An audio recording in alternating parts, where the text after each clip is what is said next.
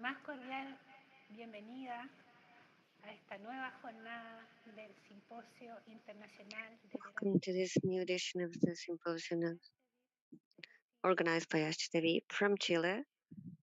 Mi nombre es Patricia Villanueva, soy terapeuta de terapia de vida pasada, miembro de Achtevip y los voy a estar acompañando durante esta jornada. Por cierto, tendremos grandes maestros de la terapia de vida pasada y culminaremos con una mesa redonda donde desde ya los dejamos invitados a enviarnos sus comentarios y sus preguntas que estaremos revisando. Y para comenzar, tengo el honor y el agrado de presentar a nuestra querida Viviana Bistri. Ella es médico, internista, emergentóloga, es maestra y terapeuta en terapia de vida pasada, escritora, nos ha dejado un bello libro que ha salido hace muy poco, terapeuta transpersonal, fundadora y directora de Espacio Conciencia, miembro fundador y ex secretaria general de la Asociación Argentina de Terapia de Vidas Pasadas, máster en Cábala, facilitadora de respiración holotrópica. Nos acompaña hoy desde Italia. Bienvenida, Viviana. Welcome, Viviana. Hola, Patri, ¿cómo estás? Hi, Patrick. How are you? Thank you for the presentation, for the introduction. Un gusto verte. Nice seeing you. Ok, no sé de cuánto tiempo Okay, dispongo. I don't know how long do I have. I know we're a little late. I don't want to take time from my colleagues who are going to talk later, but it Ok, doesn't matter, Viviana. ok, muchas gracias Okay, entonces. thank you very much then. Bueno, no sé si puedo arrancar. Ok. I don't know if I can start. Okay. La idea The de la sesión idea de hoy of today's es proposal un is poco a cambiar el little parámetro de visión.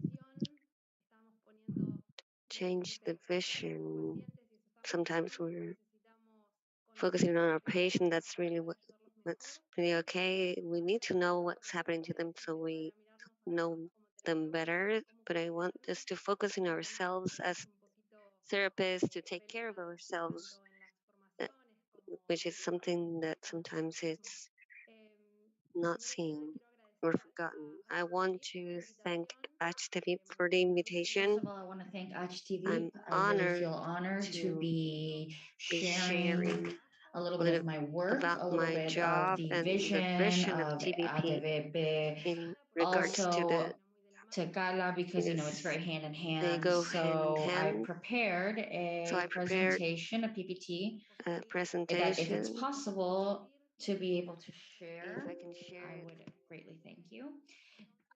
The idea is The to idea get is to to know a know a little little bit bit about more about what what is going is on with happening to us us as as therapists therapists in the in the context of context the of this session, session. More so than what we more than can we can perceive perceive consciously through consciously our through our senses senses. and our feelings. Many A other lot things more are things are happening, happening, but but not not only this is will this not occur only going to happen in in the this context of context the of the session, session, but it but happens to this us will occur during in the our context of daily our daily life lives because because we, more so than being besides being therapists, therapists, are we are also parents, parents, mothers, mothers, sisters, brothers, brothers, friends. friends. We We work work maybe with in other other areas where areas where things other things might happen, occur. and in the And way while we that are we are moving through transiting these through these contexts, areas, we are we are being exposed exposed to many to situations. many different situations. So And the first thing we want to talk about is a little bit about how what what's the anatomy of our body, of our spirit, of our soul to start that dimensioning what we are talking about when we talk about ourselves.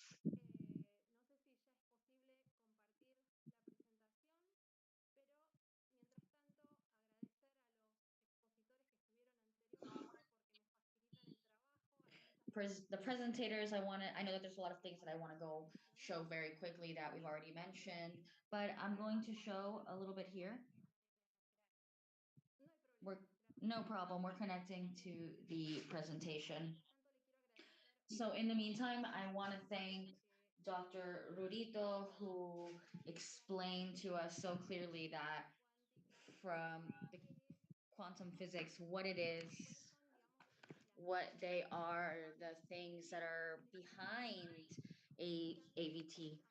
And also Amalia, who brought us an entire set of, the history and the beginning of times from the original cultures that also allow us to learn and allow us to tell these stories. So let's go to the next slide.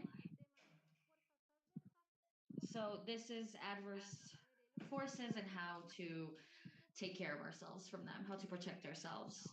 This is a concept that we try in medicine that has to do with taking care of the caregiver. It's very well seen that seeing through the patient, in that decree that we make, prioritizing always the patient's needs before ours. And that is very well, but in reality is that if we are not okay, it'll be very difficult to help others. So it's very important to care for ourselves as therapists. And it's because of this that I consider this very important, this self observation. So knowing that our electromagnetic field, this that surrounds us, that makes us up, is is originating from our brain activity that emits electrical waves, and this we can measure, quantify with devices in medicine.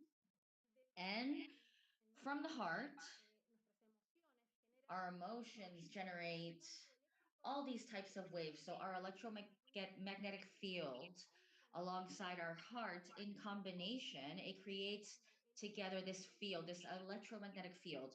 And it surrounds us, it makes us up, and it forces that all of my being, all of my cells vibrate and try to get comfortable and situate themselves in a certain way, in a determined way, in function with this vibration that is situating them. So many times we are not conscious of all of this. We might feel things that we don't know, we don't really care about. For example, I might wake up very well and happy in the morning, but then I have to go to work and I have to go, public transport. I get on and I'm kind of like, a little bit stuck in there because a lot of people travel. And that day that would have started out great ends up being very chaotic, generating maybe headaches, stomach aches, I'm nervous, and so I don't really try to think about why that is. The idea is to understand where is that limit of that we radiate in order to know that others also are like I am. So you have to, in that sharing, in that interacting, you have to mix fields, vibrational fields in one way or another. And in this way, you are seeing modifying my field in relation to the field that I have next to mine. But at the same time, this field is being affected as well through the electromagnetic field, through that electromagnetic field of the sun, of the earth, of all of the universe, because we are just one hologram of all that there is. So we have to start to maybe being aware and looking at our perception in these very subtle ways, because it is those that then will later materialize and condense in our physical bodies, and they will manifest as an emotion or as things that are physical things in matter. So let's go on to the next slide,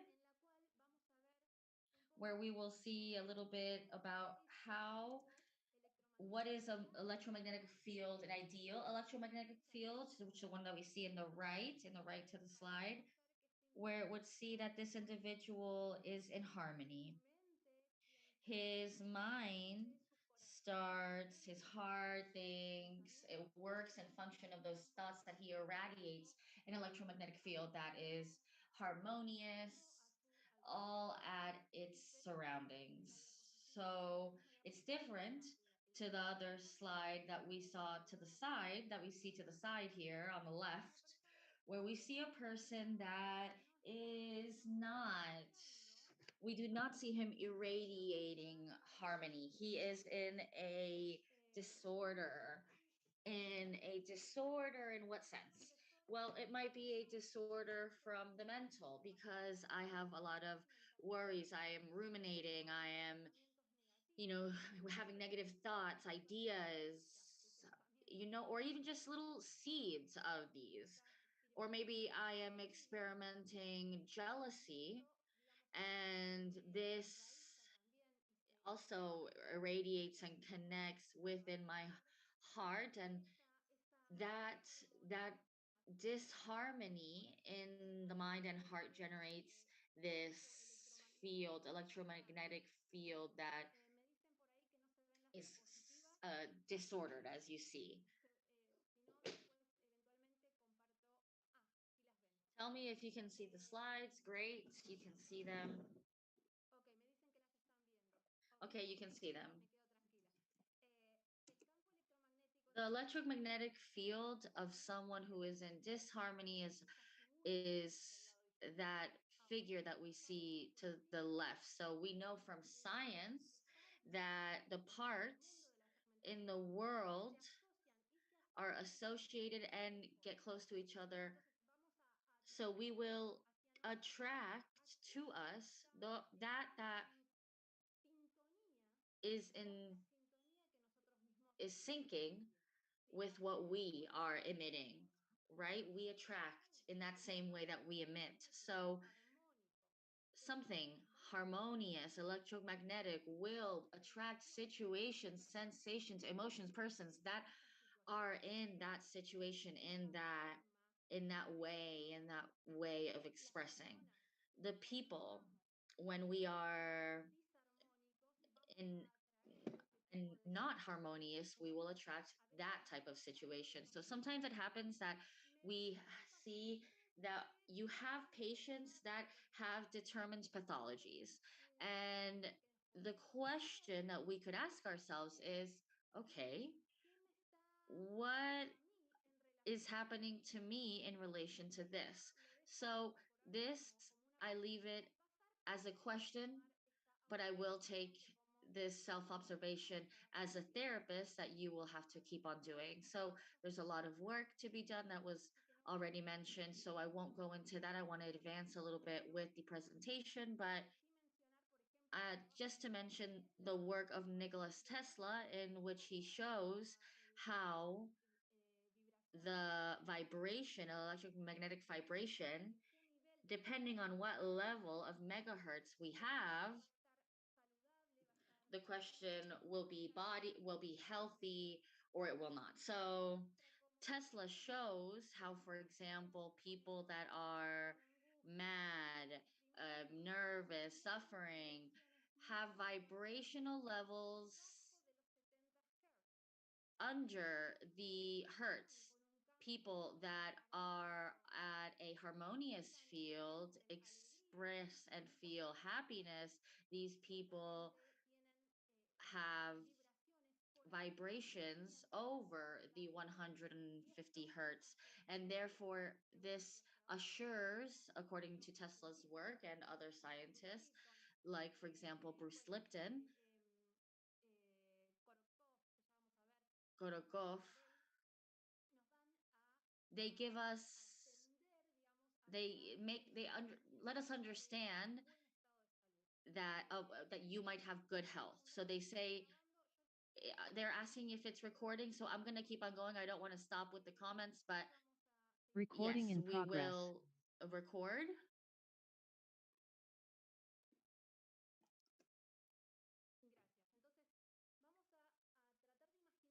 Thank you. So we'll try to imagine what happens in the context of a consult when we're with our patients. Certainly, this image we see here in the left with this orange figure and this gray figure, we see that both of them are touching and they're generating a change in the other. There's something of encountering with the other that generates an impact, a change in me, as the same way as I generate an impact in the other, in my patient. So, as the doctor Roberto was saying yesterday in his conference, Roberto Blito, I'm sorry, he presented in Friday. The observer is going to be modifying what's being observed. So we as therapists will be modifying the field of our patients, but our patients will be modifying our field. This is back and forth.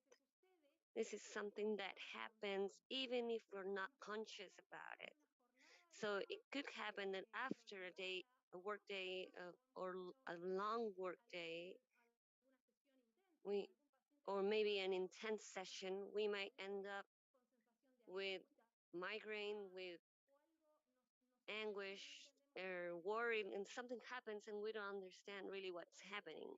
So must we could move forward in the slides. We have to bear this in mind that it is an encounter between both of them, with both fields, and there's going to be a modification. So if I'm not,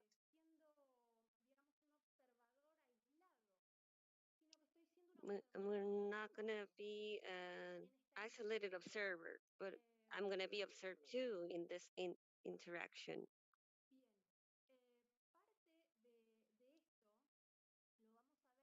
Part of this, we're going to be seeing it when we see Kodakov work, this Russian scientist that has developed a system in order to see and detect how it is our field and how it's affected. Because when we focus in ourselves, when we focus on being able to understand what's happening to us, and if our field is solid, it's harmonic, our system, brain, heart, it's working adequately,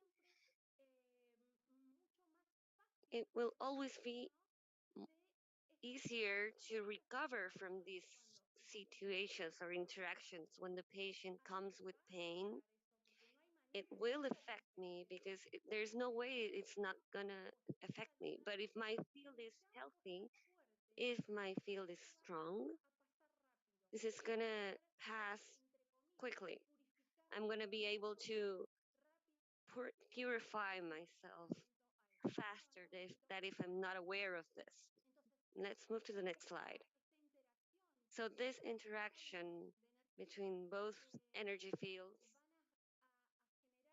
will generate a modification in the structure of the other. So I was remembering when Brito was talking about this dream of these big characters of the history. When I was preparing this class, one night I was saying, well, what kind of information can I use to this? And I woke up in the morning telling him, I say, oh, this is it. I saw an image of the structure of hemoglobin, which is a protein that transport oxygen to our body, and it's composed of 4 groups of globin that in when they have this position in the beginning. So there's one globin alone, and it's gonna be because they have to form between two more a structure of something that we call hemoglobin. But what happens when they get close? They start adopting a different structure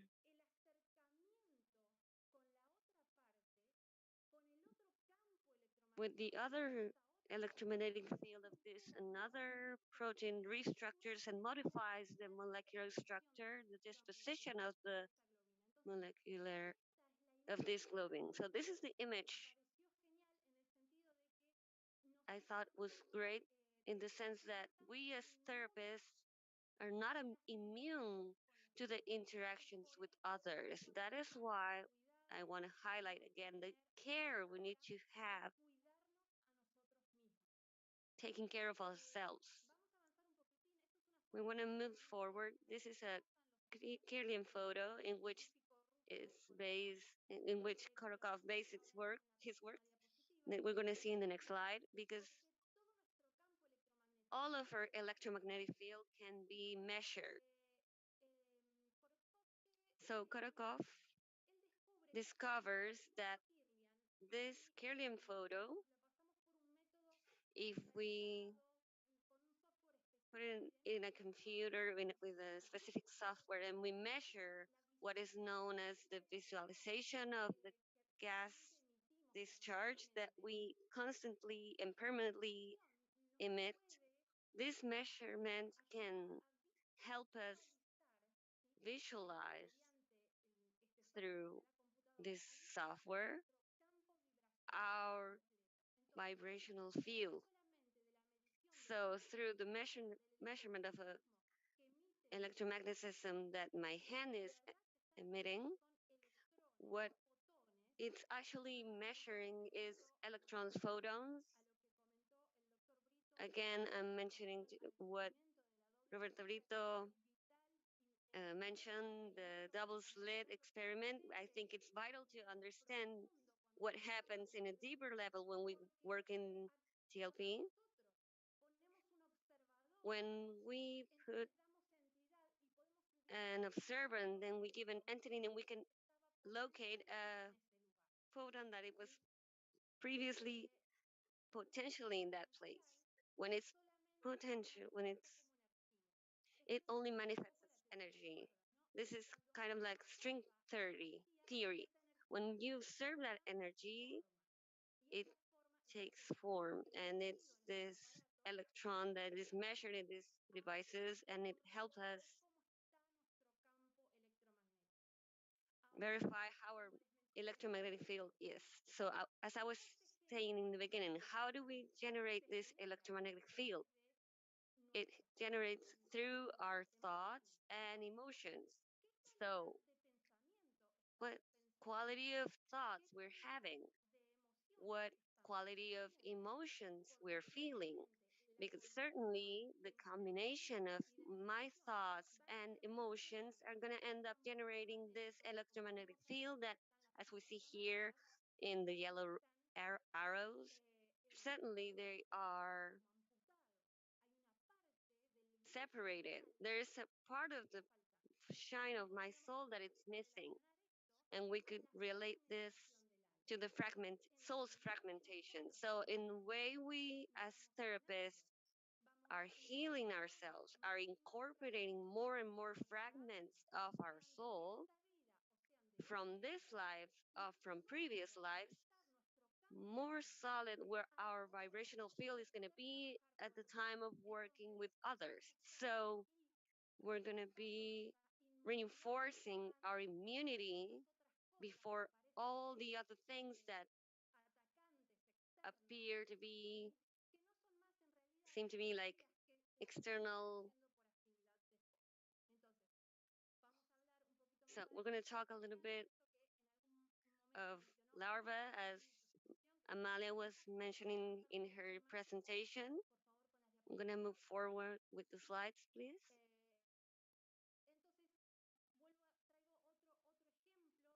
So I bring another example of example the scientific work. of this so that we can understand it as us as people in function to what we feel and what we think. Masaru Emoto is a Japanese man who talked about water, the structure of water, and tested them against different stimulus, written words, emotions, thoughts, music, and even more.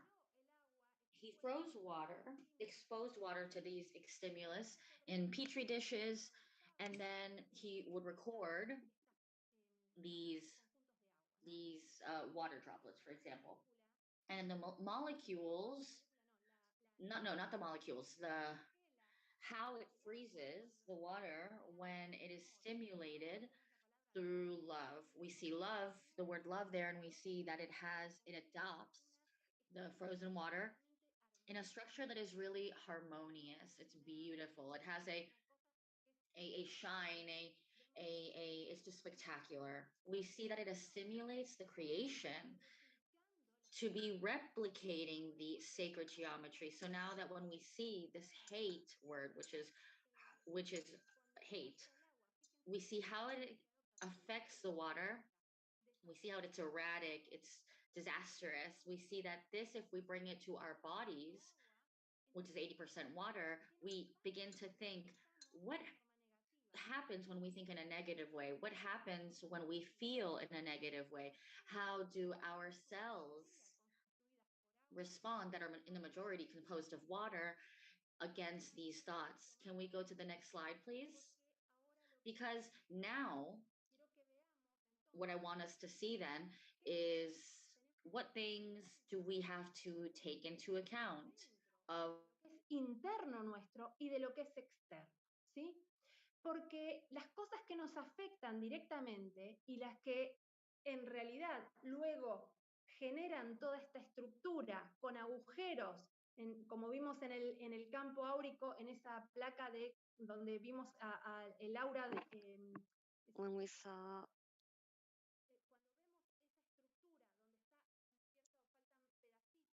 when we see the structure, when there are missing pieces of part of my structure that are not healed, well, certainly it's a response to what I'm feeling internally or what I'm thinking. Fear, irony, sadness, cursing, all of those things that we do to ourselves or to others that could be with the thought, with our thoughts, with our emotions, with gestures, with attitudes, with thoughts are going to are going to make our feel healthy or sick, that it's strong or dull and sick. Later, we see that there are external things, but these external things can only affect us when the soil is good. So the external and like we have mentioned before as lost souls, we're going to share a little bit about the visions of the in regards to these external forces. It always are going to end up affecting someone that certainly is prepared or consciously or unconsciously to be affected by these forces. That who protects himself, it will hardly be affected by him, by this. All these demons, negative forces, mekatrekim, which are those who are judging the judgers, the malachots, with hearts, illnesses. There's an infinity of external things to us that could potentially affect us, but they can only affect us when we have certain weaknesses that make these forces penetrate my vibrational field. We're going to move forward with the slides. We're going to see then what we could do in order to take care of, protect ourselves from this. There's an important concept here that has to do with preparing the base, but not everyone. The speculation initiates after preparing the base to purifying ourselves, to having the firm intention of modify ourselves and be the best version of ourselves. So this means I have to take care of my thoughts and start selecting those that certainly take me to wellness, to and not to rumination, jealousy, pain, or fearful situation in which I think about future things in the way that I'm working with myself must decrease. So this will ensure that my electricity that my brain is producing will be beneficial in the structuration of my electromagnetic field that will surround me. The emotions I must foster positive emotions, eliminating the negative ones. How can I do this? I need to work in myself. I need to keep healing myself. As long as I live, there will be things that I have to correct, that I have to heal. Well, no one can say, okay, I'm healed. I'm just dedicated to cure others, because this certainly is a problem of ego. And I will ask myself then that what's behind this that I do not allow myself to see myself to heal this that it's happening to me. It could be that in my sensation or in my feelings, I feel okay. That in the as I was shown in the beginning, in the way that we work with others, we will be affected.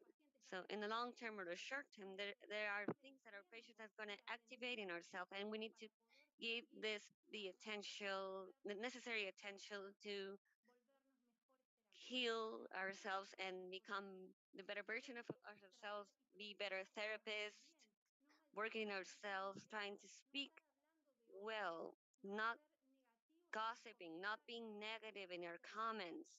Try to taking care of my words, meditating in order to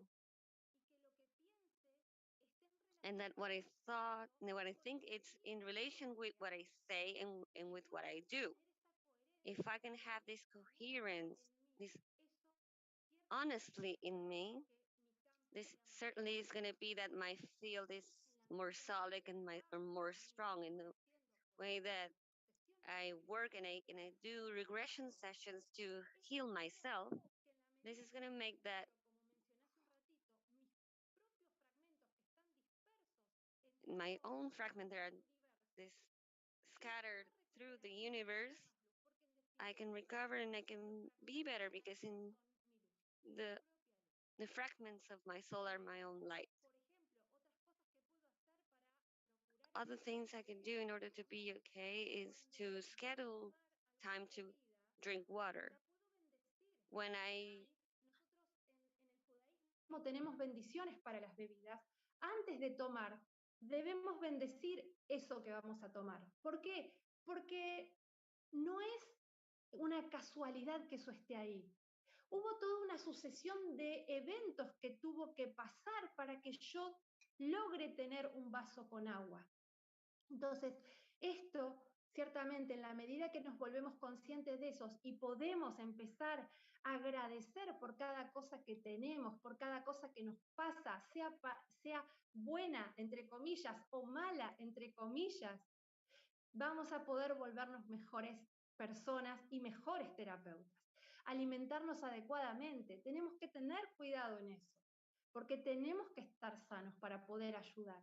Si nosotros nos alimentamos de manera inadecuada, ¿qué autoridad moral tenemos luego para decirles a nuestros pacientes, ¿no? A nuestros consultantes, que deben su alimentación o sus hábitos de higiene? Por ejemplo, el tabaquismo, ¿no? Ya lo mencionaron en un trabajo también interesantísimo, Corina, como el consumo del tabaco termina debilitando nuestro campo vibracional y ciertamente la debilidad de ese campo, ¿qué va a hacer? Va a atraer por afinidad de forma. Entonces lo dejó muy claro Corina cuando explicó su caso clínico, en el cual la persona atraía almas que ciertamente estaban buscando eso que ella consumía, o sea que se atraían por afinidad de forma. Nosotros no somos ajenos a eso, no estamos inmunes a eso, por eso es importante cuidarnos a nosotros, sanarnos a nosotros, respirar conscientemente. Cuando inspiro, también agradezco que tengo aire puro. Hace muy poquito tuvimos aquí en el hemisferio norte un escape de gas muy grande, aparentemente un atentado. La verdad es que toda la gente que estuvo afectada por eso, bueno, durante un periodo no pudo respirar aire puro y esto es terrible. Entonces, agradecer que podemos respirar, que en la medida que respiramos estamos incorporando la energía del cosmos, que se empieza a hacer una con nosotros mismos, que se integra a través de nuestros pulmones y fluye a través de nuestra hemoglobina, en esas moléculas que transportan el oxígeno y nos dan vida. Entonces, de esa manera nos podemos empezar a enriquecer con cada gesto de nuestra vida. Otras cosas que podemos hacer, por ejemplo, utilizar frecuencias 528 Hz. ¿Qué es esto? Son músicas especiales que generan una vibración determinada, que elevan, obligan, es como que empujan a nuestro campo vibracional a vibrar en esa frecuencia. Entonces, entre paciente y paciente podríamos, por ejemplo, poner en nuestro consultorio este tipo de música. En nuestras salas de espera, en los momentos, un ratito antes de irnos a dormir, poder escuchar un poquito de esta música. Las camot, las seulot, son los jotamot, son todas elementos que nos provee la cábala para cuidarnos, son sellos. Yo les voy a mostrar uno aquí que tengo. Esta es una camea, ¿sí? Que es una bendición particular, es una combinación de algunas frases de salmos que tienen codificados los nombres de Dios, y esto ciertamente emite una radiación, una vibración que armoniza mi consultorio, mi espacio de trabajo. Las protecciones metafísicas, todo esto que nos parece a veces, ¿no? O al principio, un cuento, algo poco creíble, sin embargo hemos visto ya la evidencia científica de que esto funciona, de que esto es así, de que esto tiene un soporte, de que esto existe. Cuando lo hago y cuando genero y modifico aquello que estoy observando, ciertamente voy a tener un efecto de eso. Entonces, abrir el espacio, como por ejemplo Amalia también nos compartió tan amablemente, abrir un espacio a modo chamánico o con el modo que cada uno sienta que le es propio, preparar energéticamente mi lugar de trabajo, eso ciertamente nos ayuda también para estar en un mejor ambiente. Podemos encender inciensos, sahumos, depende lo que cada uno sienta más propio. Es bueno hacer las cosas que sean propias, porque muchas veces quizás copiamos modelos o cosas ya hechas, pero no las sentimos, no sentimos que brote de nuestro corazón, porque no sé, no me va mucho a mí el chamanismo, prefiero hacer la llama transmutadora de Saint Germain y me siento mejor con eso. Muy bien, sean honestos con eso que les pasa. Traten de buscar una forma de abrir su propio espacio, de tener sus propias protecciones, pero que sean personalizadas, que sean de ustedes, que sean propias, aunque podemos claramente repetir otras, ¿no? Las lecturas de los salmos también nos ayudan para protegernos y curar el espacio. Vamos a avanzar una más, por favor. Acá hay algunos ejemplos, como les mostré recién, acá yo tengo mi camea, pero bueno, estos son otros ejemplos de otras cameas, y algunos sellos que son las Seulot, que son, digamos, gráficos particulares que contienen una intención, ¿sí? Y esto yo quiero hacer una aclaración, porque hay muchas cosas de estas en Internet. Hoy por hoy está de moda la cábala, entonces van a encontrar muchísimo de esto, pero lo cierto es que estas cameas, estos sellos, estas Seulot tienen que estar personalizadas, tienen que tener la energía y la intención de quien las va a usar. No puedo copiar y pegar, ¿sí? Mismo los sellos que vemos, los sellos de los planetas, que también ahí hay un par, que son los sellos de Salomón. Hay que saber cuál utilizar, para qué, porque tienen un propósito, y esto es importante, conocer un poquito para poder aplicarlo bien. Pero lo importante de esto es que existen maneras de cuidarnos y tenemos que usarlas. Vamos a avanzar, creo que es la última diapositiva, la próxima, o ahí terminamos. Ok. Quiero agradecer entonces a la Achtevip por la invitación. Gracias. No sé si queda un espacio para preguntas. No quise detenerme mucho en algunas cosas, pero porque sé que venimos con un poquito de demora. Así que si quedó alguna pregunta, algún comentario que quieran hacer, me encantaría escucharlos y compartir.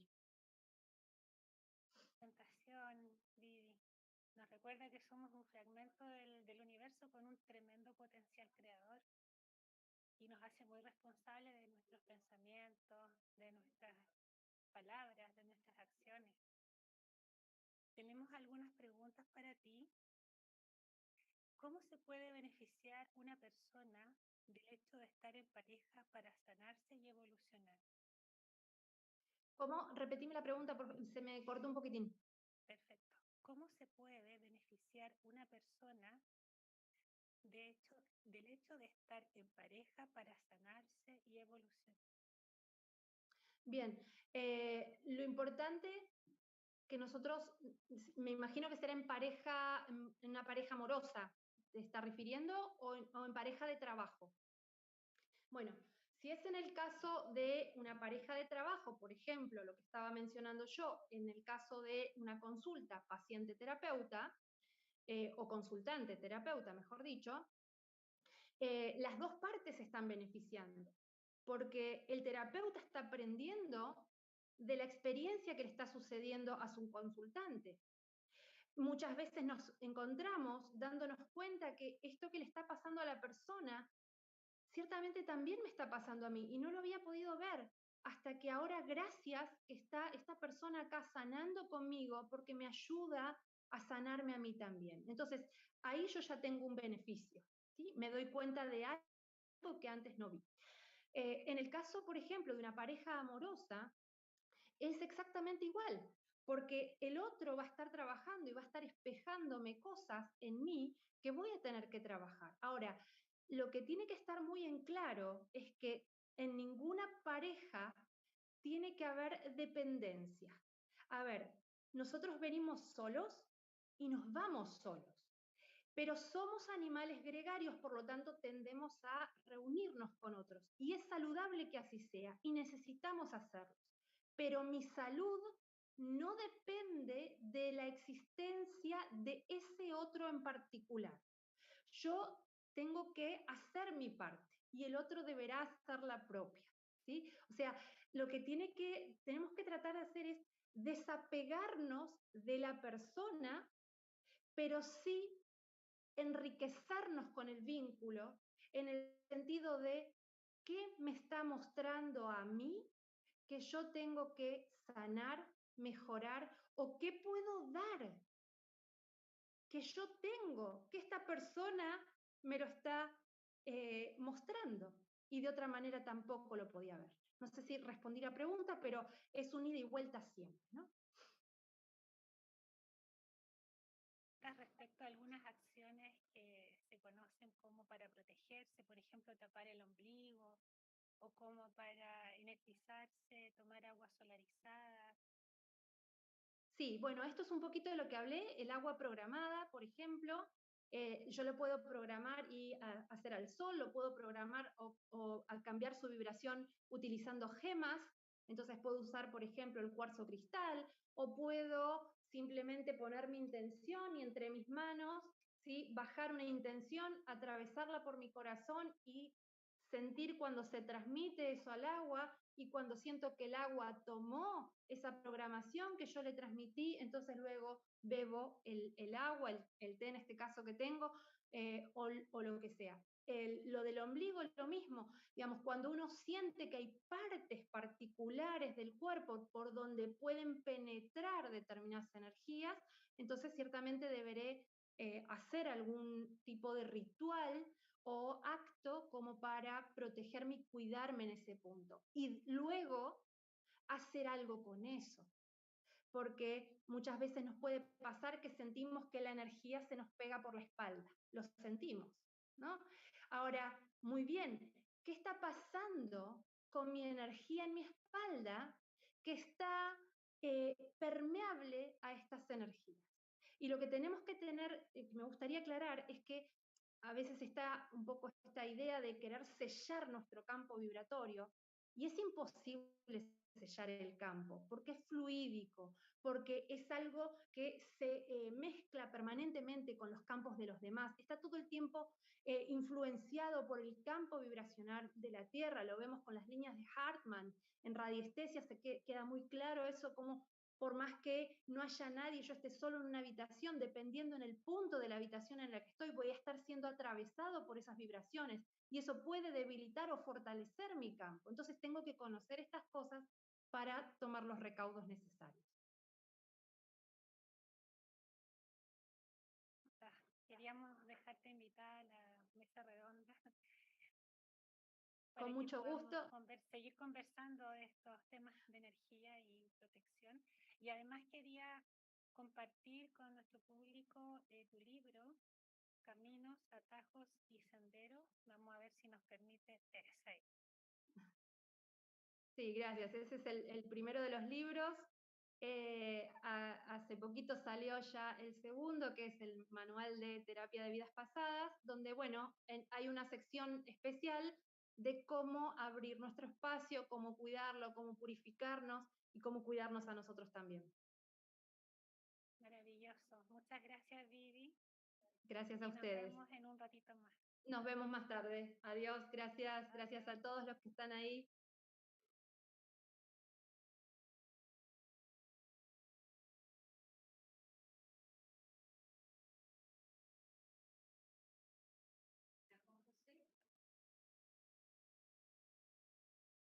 Para continuar con nuestro programa,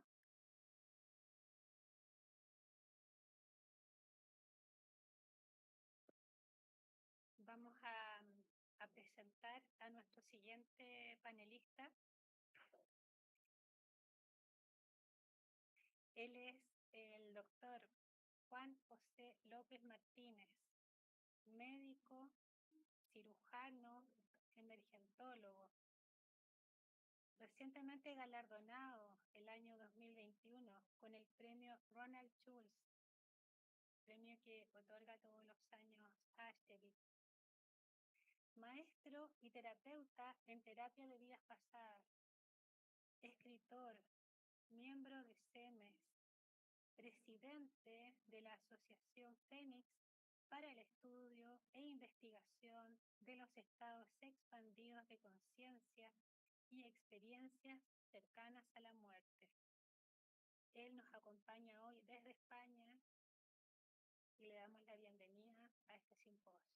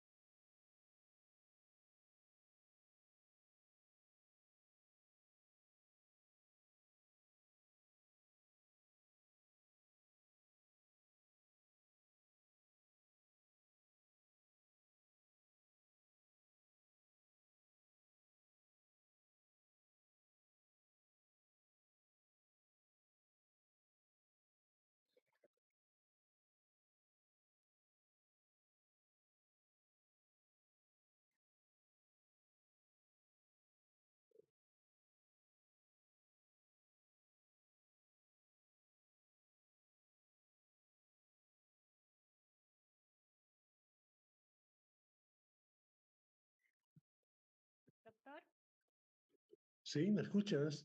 Lo escuchamos perfecto. Le vamos Muy Yes, bien. we hear you perfectly. Please turn on your camera.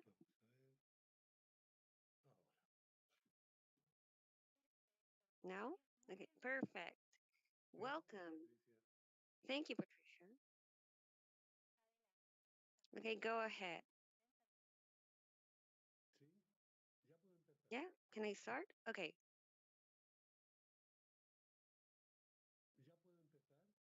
Can I start? Yes, you can start. Okay, thank you, Patricia. Okay, good afternoon, good morning, depending on the country you're in. And I would like to thank Viviana Centeno, Dr. Centeno, Dr. Brito, to everyone that's part of Achtevip, Francisco Herrera, well, everyone. I would like to thank the consideration you have of inviting me to be part of this event that you are carrying out from this first international symposium of regression therapy. I don't believe in chances. That's why I'm here. It's not a chance, it's a road that I've taken. Thank you for the award you gave me last year. And I also want to thank a particular person, and that is my teacher. My teacher, Dr. Kaboli, to whom I would like to thank that he appeared in my life in this incarnation and taught me what he taught me. So, thanks to the universe. And let's begin. The topic is, as you can see, evidence is the topic of my presentation. Is there life after that? And I don't believe this anymore. At this point, I don't believe it because I don't need to believe it. I already know. But when I say to this point, I mean the road that I've been going through now. I remember Facundo Cabral as a singer and a poet from Argentina. When he was asked once about human being, he answered, human being, it's a weird being. He doesn't ask to be born, he doesn't know how to live, and he doesn't want to die. It was the 60s when he was a teenager. When I was a teenager, somebody told me human being has body and soul. Human being is born, grows, multiplies, and dies. And effectively, well, this presentation does not have slides. Yes, it doesn't. Because more than a presentation with slides, what I want to do is to reflect, make a reflection out loud. So, as I was saying, they told me this: the human being is born, grows, reproduces, and dies. And they told me that it had a body and soul. It was in the 80s when I entered the medicine field, and there was a concept that came with me from the faculty is that death is the failure of medicine. I started the profession and the exercise and the practice as as a doctor, and I was 4 years in the beginning with, and then the emergency room, and I saw the human being being born. I helped him be born. The following 25 years, I saw the man die. And when you pay a little more attention to the moment of death, you'd realize that sometimes weird things happen and I have an uncountable number of anecdotes, reactions, and attitudes that human beings have when they are about to die. So I would just call them weird things. This makes me, in the beginning of my profession, that makes me belong to a group of people with an see to believe attitude. And this leads us to an immediate consequence that we need to wait until science demonstrates this. But when we start seeing these weird things in many episodes of death is when you change. When I changed my group and I started with the group in which I am now, which is the group of people that have decided to believe in order to see. I think there's something weird. Someone that is about to die is saying, I'm seeing my mother with an unbelievable peace. Or my dad is here waiting. So if I believe that, well, it turns out that I'm going to the group of seeing to believing, and this makes me move, makes me look for things, and the one who seeks is condemned to find. And what do you find when you seek? You can find anything, but there is something that it's immediate. You're going to find with her and that evidence. And when you find that evidence, even if science cannot prove it, evidence leads you to knowledge. It transmits you knowledge. Even though science in this moment cannot demonstrate the evidence, this is something that throughout history has been kept the same. Evidence is always in front of science. Well, with this knowledge,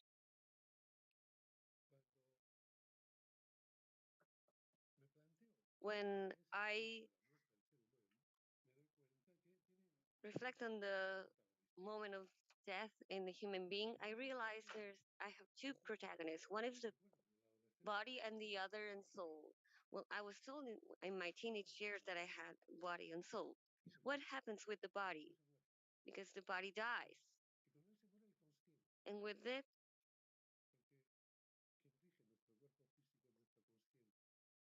the conscious dies. And because who leads our body is the consciousness. And it doesn't lead us not from our birth, but from 7 years on.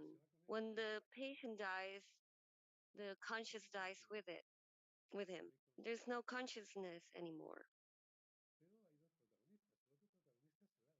There's another protagonist. The other one is the soul.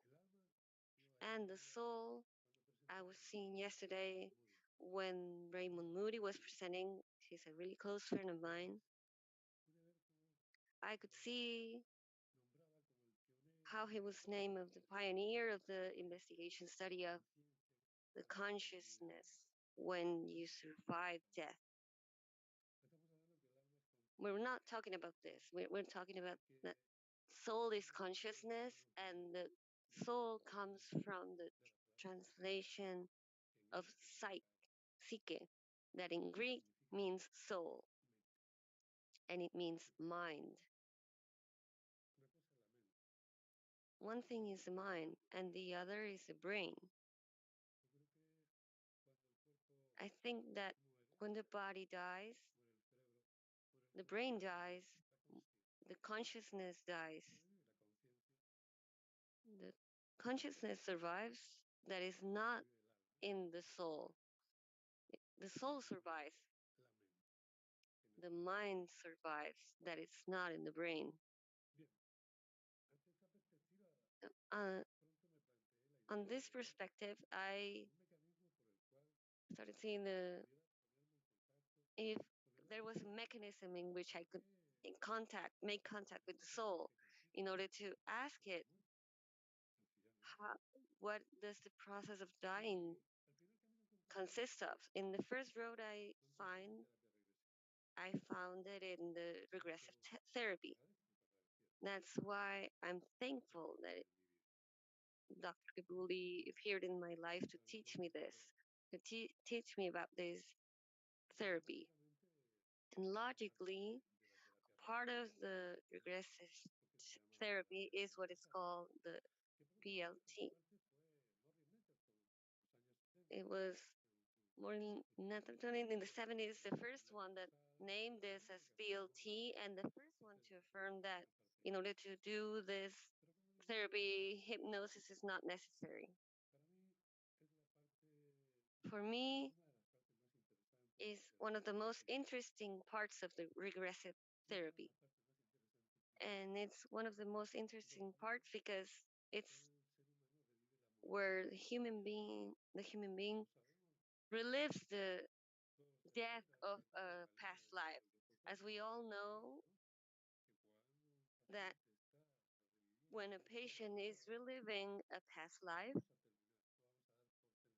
we're not going to finish the session until he relives the death of that past life.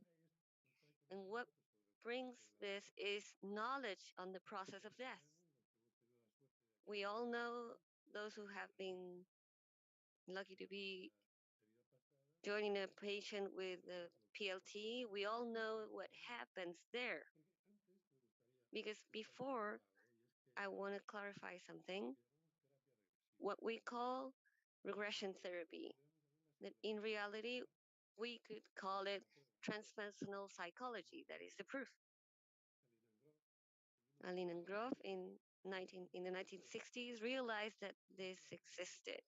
Those who discovered it, and he named it transpersonal psychology. And I say that he realized this because, and not discovered it because if we went to the origin, which we would have to go to Pythagoras,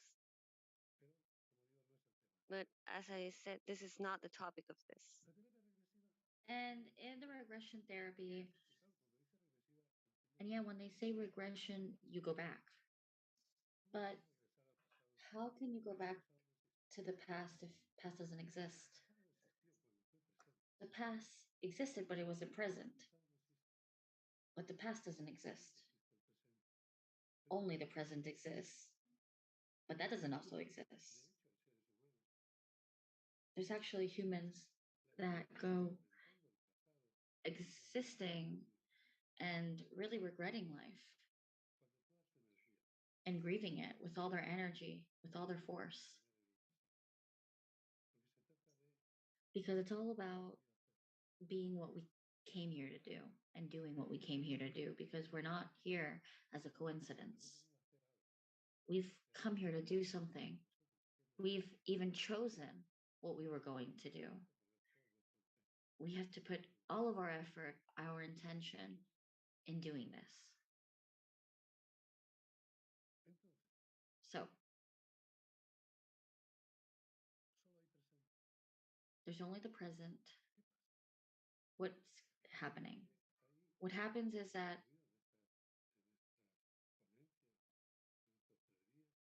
we've talked about this in these 3 last days that there's this inconclusive experiences, and those experiences, there's a lot of emotional disturbances. Those emotional disturbances that are not solved are in the soul. Because when the past was present, this was produced. It produced this situation, the experience that was inconcluded, and the emotional disturbances were just left there. And then later on, the body died. All these emotional disturbances were still left in the soul. And now the soul is here, now, in this body. So what happens with this? If they are there, it doesn't matter. But if they are in this body and we have evidence that are similar to what the origin had, we all know that they will activate. And the point of activating, when they are going to begin influencing only over our body and over our psyche. So we're going to say that, yeah, I might say I have this or I might have that. I have a phobia that I don't know where it comes from. And the doctor will look at you, he will study you, and he'll say, yours, it doesn't have origin. It doesn't have any organic origin, but you'll still keep seeing is that what yours is psychosomatic. And we all know that, right? Psycho. It means that the origin of what's going on is in the soul. And this is important. It's important because it's this is very important in therapy. Since I want to talk about the topic of death, I've been saying that in a past life, you're not going to finish the session until the patient doesn't relive the moment of death. And what happens when the patient relives that experience of death? What happens? What happens is that when they're reliving death,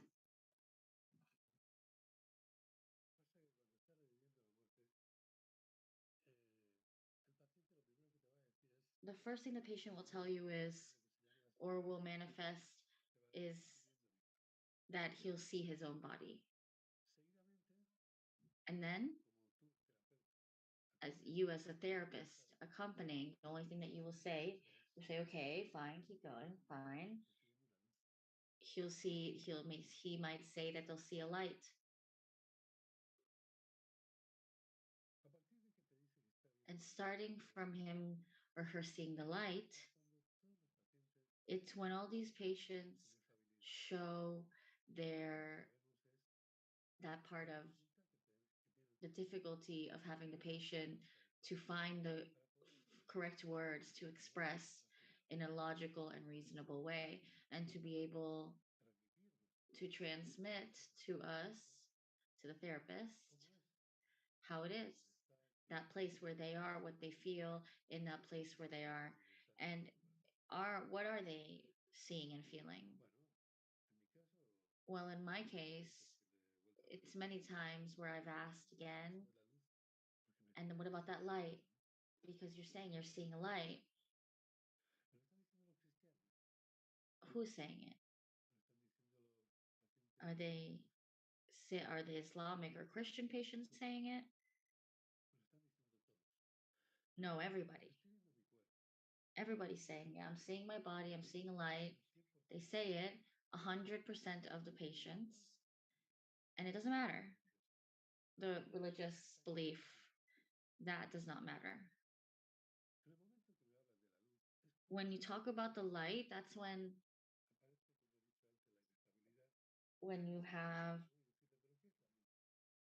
that experience, and then when you ask them, what is that light, can you detail, is there an object, are you able to talk about it, about what's going on? But there's something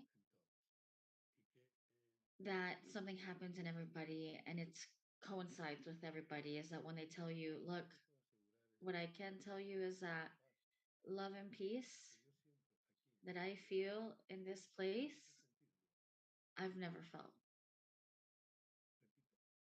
Again, I repeat, the 100%.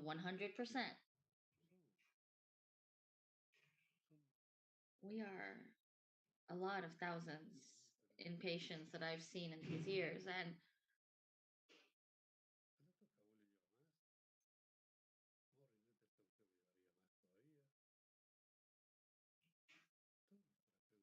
And all the therapists that I've read, all of the patients have talked about this light, even whatever their religious belief might be, their socioeconomic level, doesn't matter.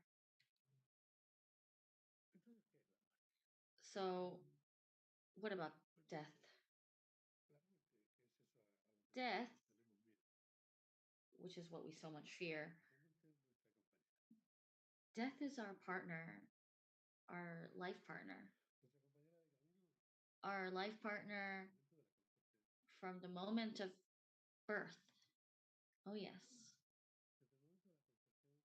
From the moment of birth and from the moment of conception, we start to grow, but we grew alongside our partner, and that partner that comes close is fear. Well,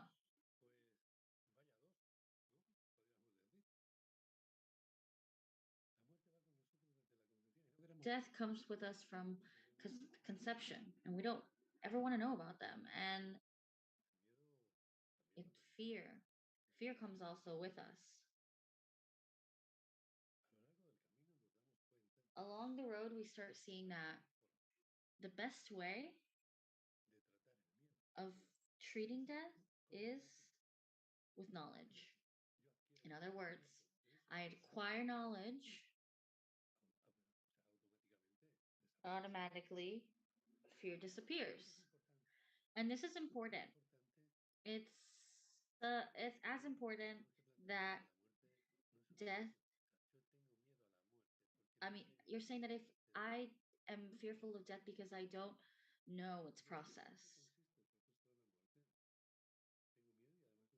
Sometimes you say I'm scared and I'm even scared of talking about it. That's the mistake we make. That's the mistake we make. But look at this one thing. The patient that revives the life or lives experience.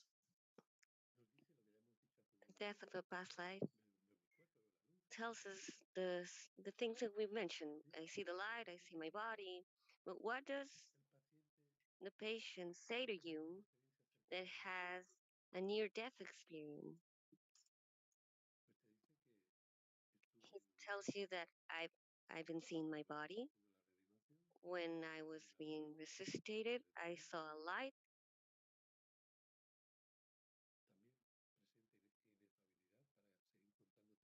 He and is unwilling to tell you details, and he says that when where I was, I felt love and peace as I never felt before.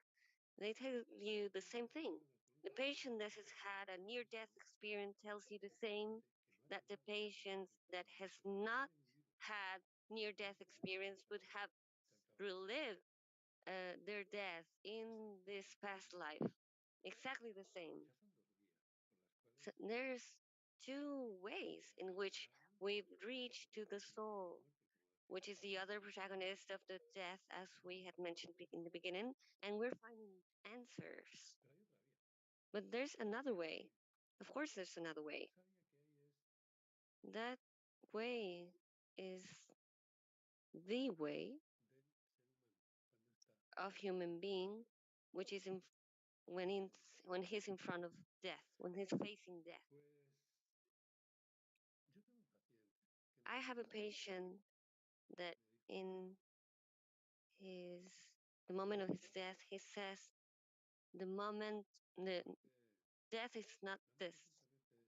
Death is simply that I'm going away from my body for a being of light that is waiting for me. He even said he helped me yesterday and I left the body. I could see my body from outside and it took me to the place where I was going to go when my body is finished. What's that?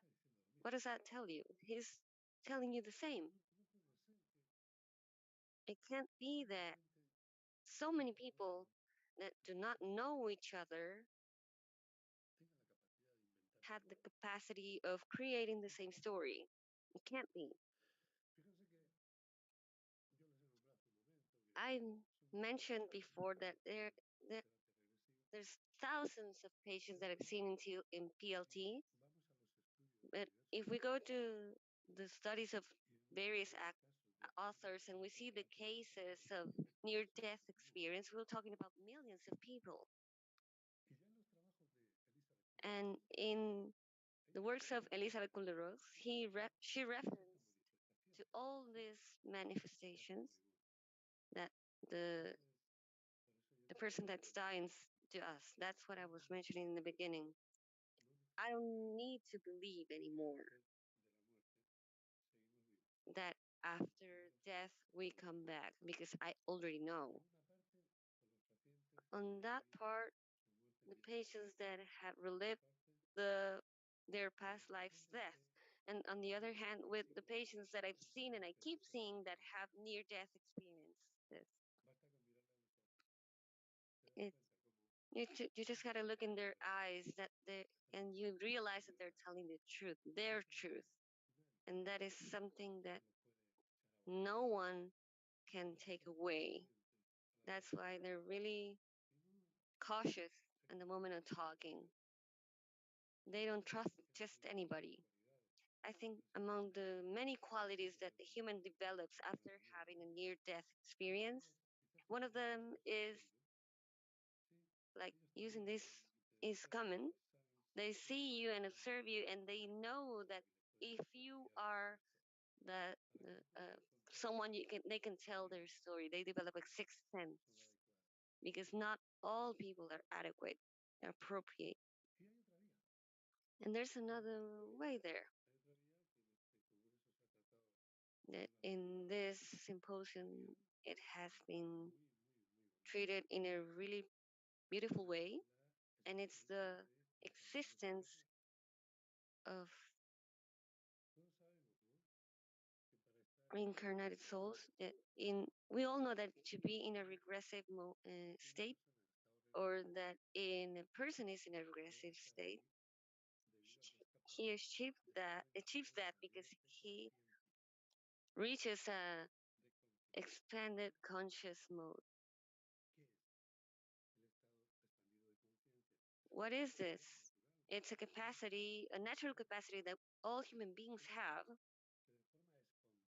that spontaneously, when you connect with an emotion, a feeling, or a symptom whose origin we don't know, we are able through this capacity of being present, of being there, present in the present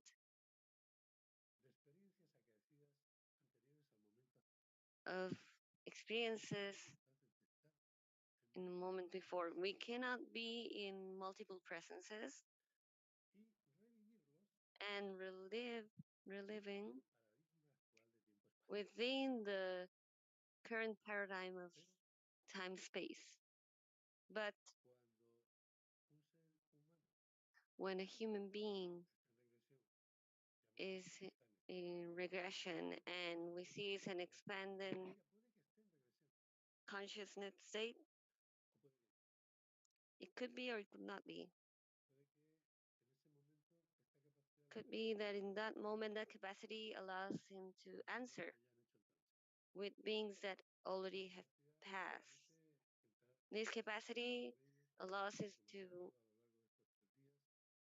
as we have mentioned throughout these days, one of the ways is to ask the voice and throat and lend them to that being in order to be able to speak with them.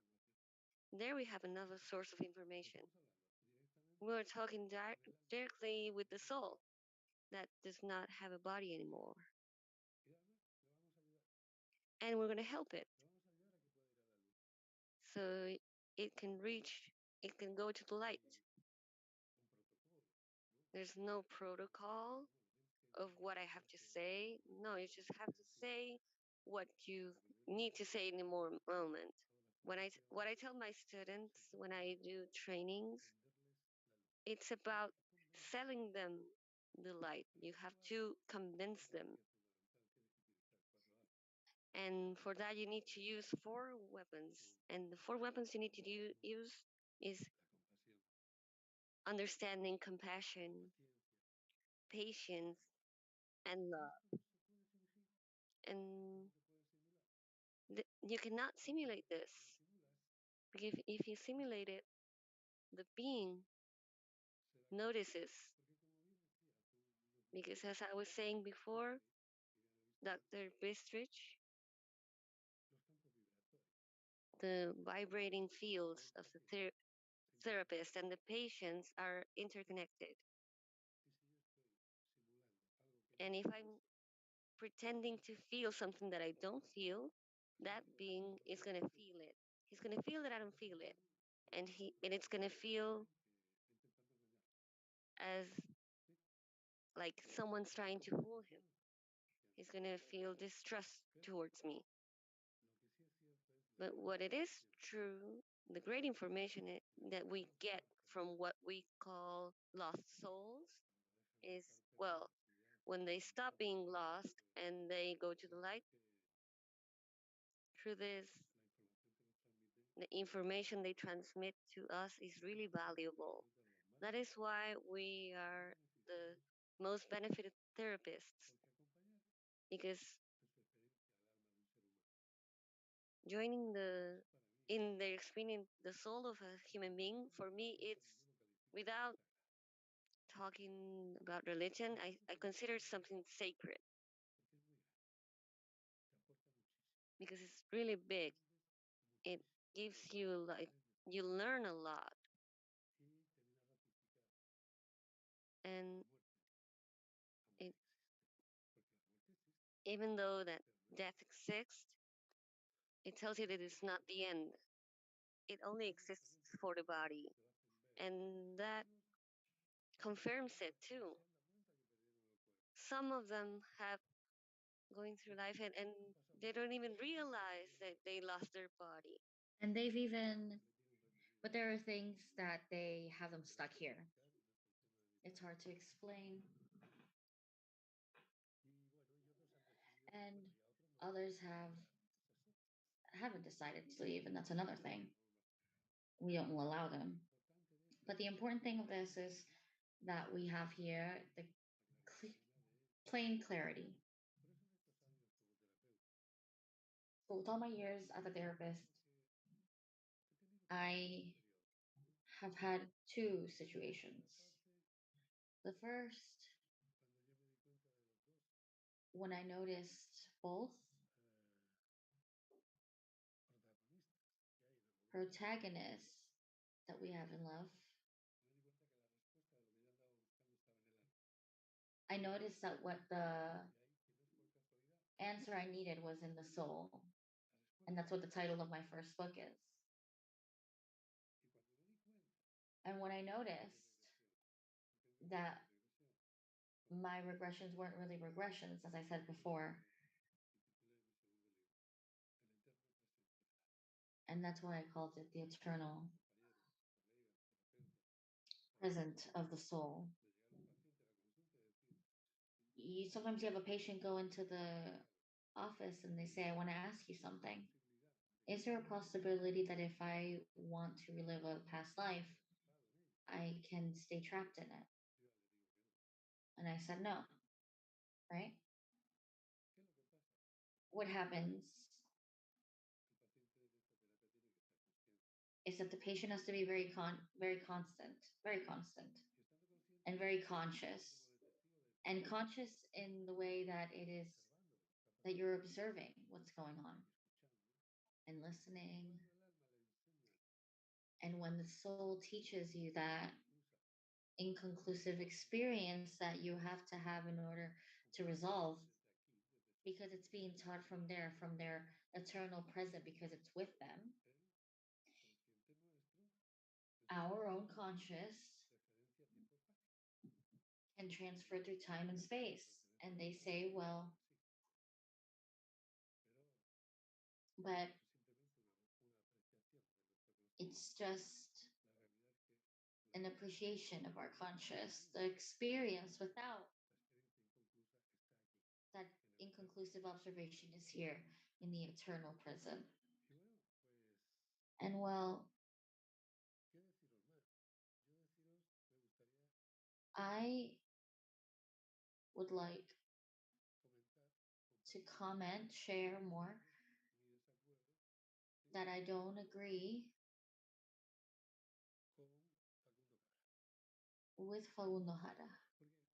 Yeah, because in this therapy, far from what we can solve, that we can already, we've seen the different works that we're doing within that, that's already important. The patient always goes to the doctor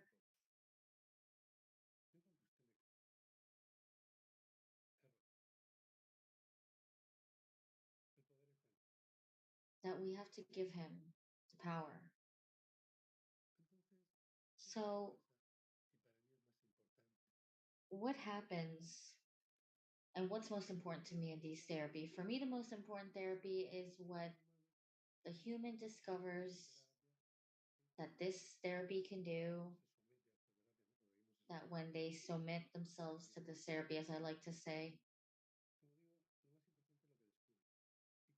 the most important thing is to what they discover. And what they discover, fundamentally, four things. They discover they're a light being or a spiritual being. They are incarnated in the physical body. It's an experience that they've chosen. Secondly, and the other thing is that they have the ability to love. And what they also discover is that they have an infinite ability to forgive. And fourth is that the death is not the end. Once we lose the body, we are still alive. We go back to where we came from. So that's why I said that I don't agree with Facundo Jara. Yeah, humans after what I think I can say is human being is a human light being. They're not a stranger, they're a light being. What they decide to do, and when they don't fear death, they learn to live. Because there's so many people that have been dying 20, 30 years, when in reality, we're only going to die one day and at one moment. The other days, we're not dying. So we have to be here in the present and tell you all that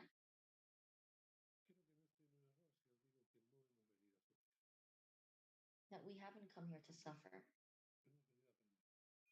That's what we've come here to learn. What happens is that the life experiences we have can be as horrible as we want them to be. Or we can suffer as much as we want. But when you notice that this is not coincidence, that if they are there, it's because of something, and that in reality, they are just experiences that we've come to learn. Do you notice that we've come to evolve to be happy? Because the secret to all this is to do two things. Nothing else and more than two things: love and forgive. But starting from yourself. Because if you don't love or forgive yourself, how are you going to be able to do it to somebody else? That's what we have to understand. Thank you.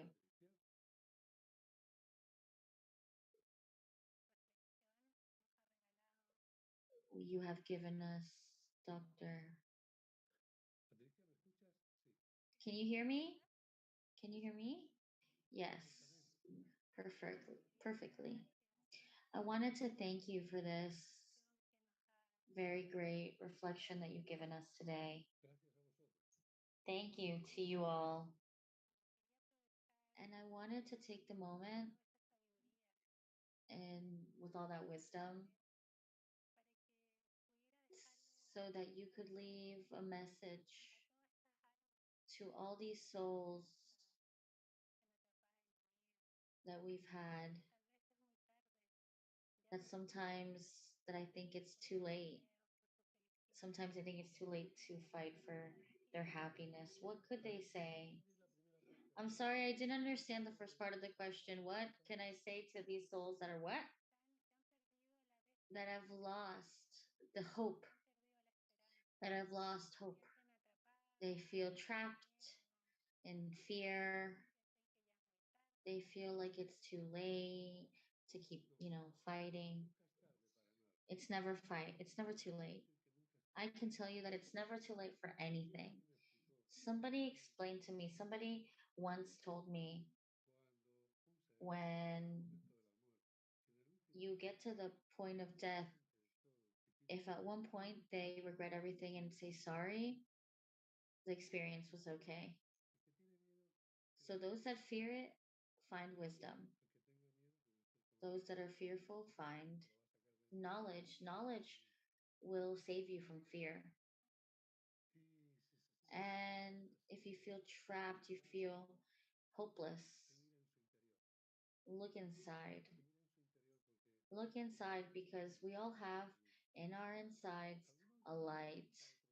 Some small, some others are bigger, but if you find it, and you can find it because it's there, and you just look at it and look at it, you'll see how surprising it gets bigger and bigger and bigger in size. It's growing, that light, because that's that presence. That's who you really are. You are a light being. And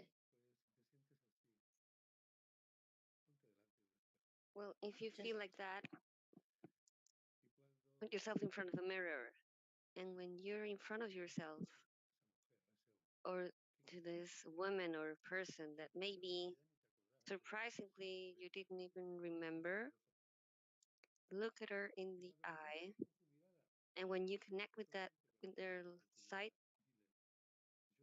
and only then tell tell him, I love you, I forgive you, I bless you. And you repeat it 3 times. One day you're gonna notice that this heals you. He heals that heals your soul. And you verbalize it from the mouth. And in that moment you are prepared to give love and forgiveness to other, but you need to start with yourself. And no one can do it for you because you are a being of life. You have the power, but we forgot when we get here. Beautiful, doctor. There are many messages thanking you. I would like to invite you in a few moments. We're going to start the round table so we can share our views.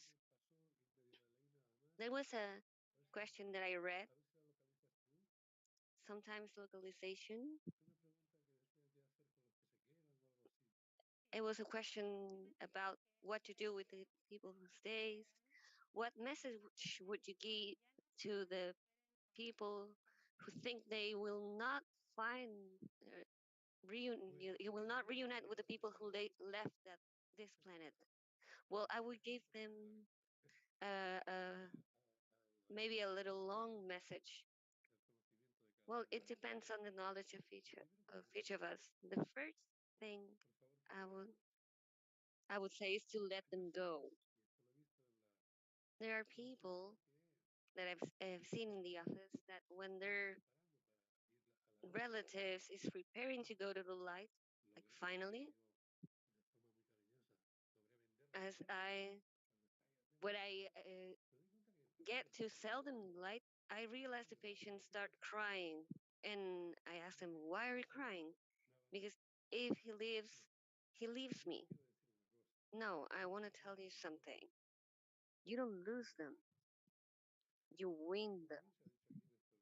Because as we have mentioned here, when the lost soul is there with you in your vibrational field, and when it's here, it's damaging you. Even if their intention is to take care of you and protect you, they can protect you. They can't protect you. They're weak. And what do? They consume your energy.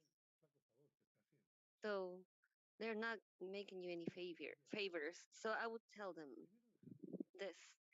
First, let them go, and later, what happens? Well, in the moment they leave, I tell them the same. I need you to be 30 days, well, actually 33, and I laugh because maybe you're thinking, where did you get this from? Well, they told me 33 days without thinking about your dad or your son or whoever, whatever being left, that left. But that is impossible, they tell me. And I tell them, yes, it is possible. How to do it? Well, don't fight against this thought. Let it arrive. Let it come. See, when it goes to you, just say, thank you, God, because my dad is already in the light. And the thought will keep floating. And you do this every time this thought comes back. And after the 33 days, you can call it and then you can recover your strength. And starting there, and the 34th day, you're gonna, even if you think of them, you will not have it in your vibrational field, and then it's going to help you. Wonderful, doctor. We thank you and we invite you to participate in the round table in a few moments. It will be a pleasure to be in the round table with such wonderful inv- participants. Okay, thank you very much, and we'll see you soon.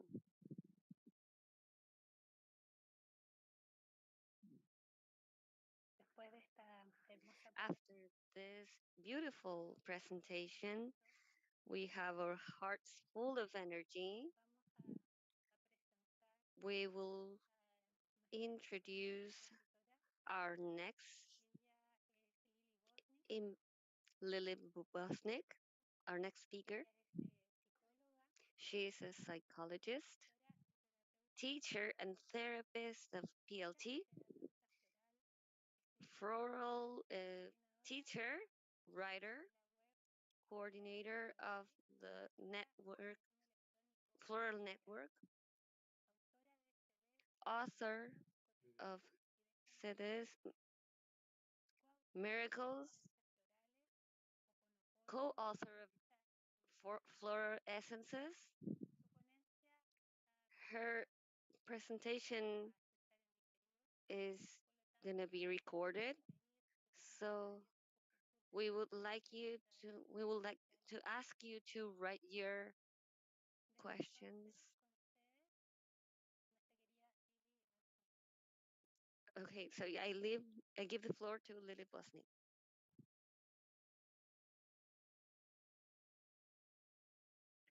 Buenas tardes, ¿cómo están? Good Me parece afternoon, how are you? I que thank Elena de Achtevip for this invitation to participate in the first symposium in Chile of past life, and I apologize to the public because what you're seeing is a recording. And last moment I had a familiar situation that did not allow me to be present in this time. So I sent you a recording. That is why, thank you. I would like to share with you a regression experience that was really particular. Alicia, a 33-year-old woman, went to the consult trying to solve many aspects that were making noise in her life. She tells me that she's the youngest of five brothers. She's was married and divorced. Her parents were divorced many years ago. She tells that she always felt excluded. She didn't fit in anywhere. She was bullied. She doesn't have friends. And when I ask her to tell me what she wants to heal, she says she wants to heal her loneliness. Uh, She during therapy, she remember when she was in the womb, her mom didn't talk to her, and even though her mom did many things for her not to be born, she is born. So I go with her in the reborn process. She talks to her mother, and we go on. Then we see her as a 12-year-old. She goes to the forest. She's lost, and she sees something in as a cabin. There's a fence there, and he falls asleep and wakes up with a buffalo horn in his throat. When we apply the protocol to this situation, he says that the most terrible thing is the pain. He says they're not gonna find me. I'm alone. I can't talk.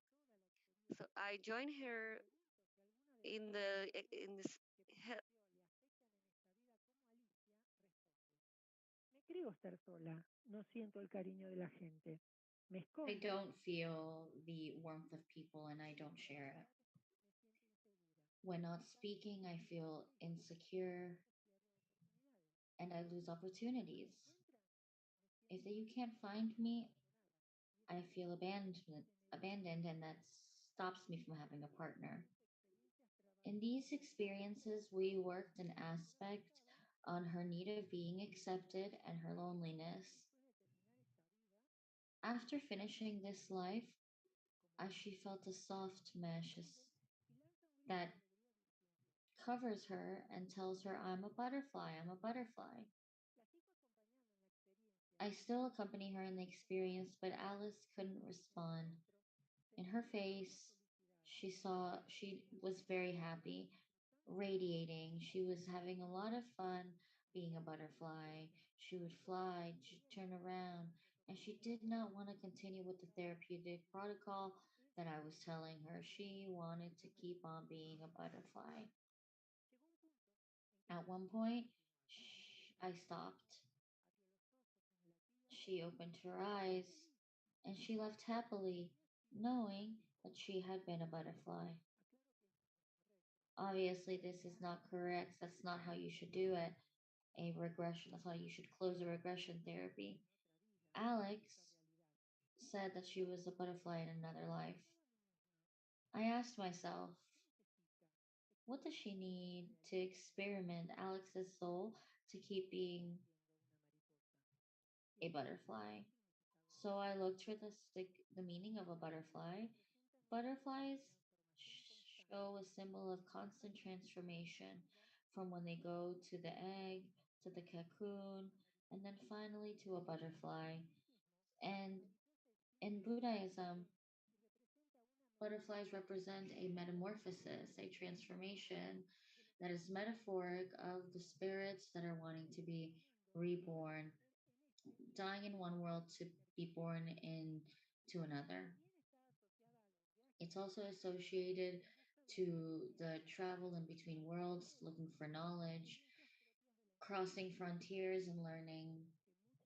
What I'm saying is that many times that it is repeated, it represents the need of change, more liberty, and courage. Before, we believed that transformation was a symbol of a butterfly from a soul to a physical body, and it meant immortality, rebirth, and resurrection. In Greece, the original butterfly was said psyche. Psyche means soul, and it comes from Old Greece, and it would talk about the force of the individual and then behind its death. In Old Greece, we would think that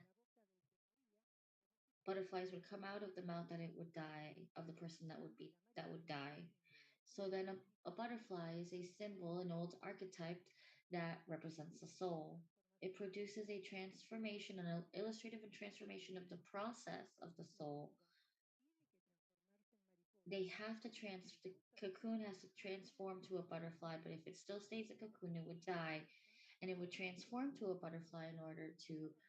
So the metamorphosis of the butterfly symbolically, even death, in order to be reborn in the continuity of life. The image of the cocoon that transforms to a butterfly and the butterfly as the archetype of the soul is associated to two concepts that are very important. One is therapy. Greece conceived therapy, they talk therapia, is what they said, it linked to liberty. What they thought was our therapy was kind of like the process of the butterfly. So the therapist, in the sense of her function, that she is attached to you. And they also associated it to coming out to light, to what is in darkness, and whatever is in darkness will come to light. The myths conserve their universal meaning, and so all this of the butterfly, we can also associate it to a myth. All myths have or vary in their versions, right? In the words and how they're being told. I'm going to tell you one myth of the story that many times there existed a king and queen that had a daughter, and the youngest was of beautiful looks, and she was a reincarnation of said reincarnation of Aphrodite. And the other sister said she was jealous of Sike, and because men were abandoning their altars to praise a simple woman. So then Eros would interfere so that the woman would fall in love with the most horrible man that he could see. On the other side, Sike had no happiness from beauty. The men would worship her in many ways, and none of them could get close to asking for her hand in marriage. Her worried parents consulted to the oracle to determine what would her future hold. And instead of finding happiness, they said that she would get married to the top of the mountain with a monster. So she acceptedly, unfortunately, her future, and the oracle, her parents, brought her to the top of the mountain where they abandoned her, crying, to face her sure death. And that's where they found her, that brought her up through over the mountains to leave her to a valley full of flowers. When waking up, Sike was in a nearby forest drinking water. What she found was a beautiful palace with it was beautiful and luxurious, and she saw that the palace belonged to her and everyone was there to greet her. And that night, while she was in her new palace, an unknown came to visit her to make her her wife. He wasn't allowed to be seen by the light.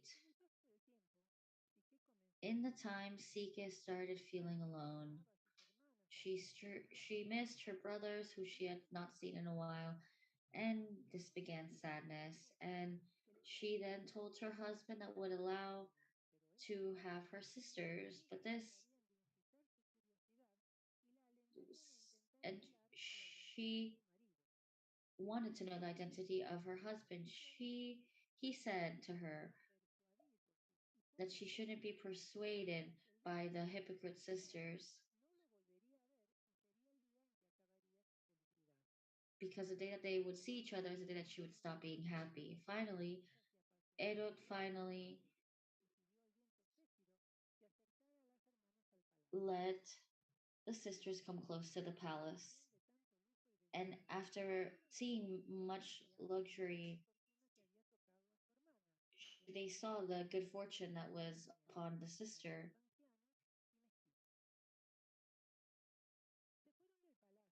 They left the palace planning seeing how to punish the sister, and they convinced her that her husband was a huge and horrible serpent that was waiting to eat her. They suggested a plan of action that was based on waiting, on sleeping on the sleeping husband to then get close to him with a lamp and cut his serpent head. That same night, Sike waited for her husband to sleep next to her and turned on the lamp to see him and saw the most beautiful of gods. And the knife fell from her hands, and while he observed that image, a drop of oil fell from the lamp to Eros. He woke up and he expressed his deception from her betrayal. He told her that he also did not obey the laws of his mother from falling in love with her, but everything was ruined now, and he left. Sige now began to find a desperate finding to Eros, and she was full of rage and vengeance.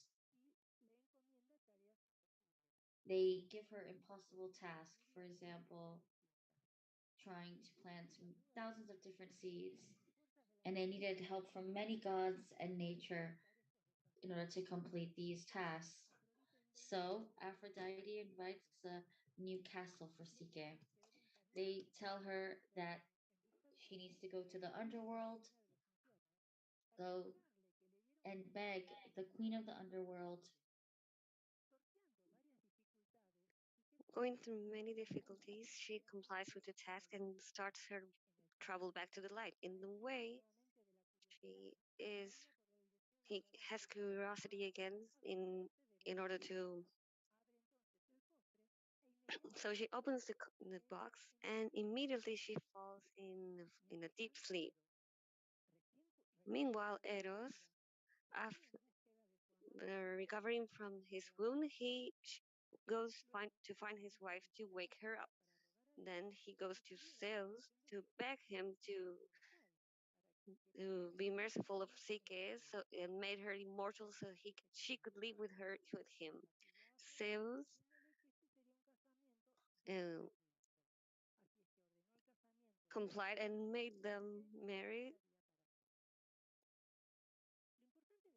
The importance of this myth is that the soul is completed with love, and love is completed with the soul. All of this symbology is present in what we represent the butterfly. The dice is part of the process, of the love process of renovation of the life.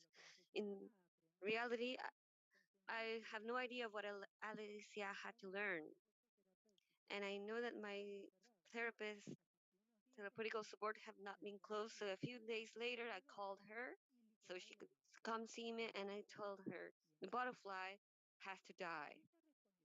And she answered, I'm ready. These days, I lived as a butterfly. I had many dreams. I received many messages, and I have clarity in what I have to do. So I count to three, and I asked him to go to that life where she was a butterfly.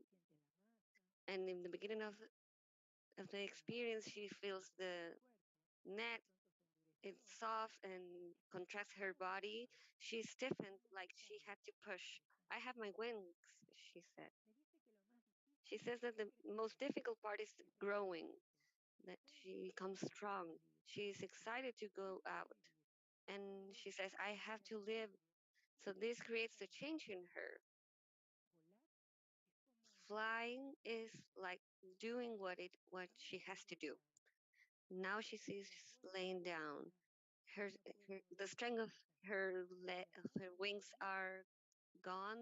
She doesn't have strength in his feet, and she says the most meaningful part is feeling the freedom of flying.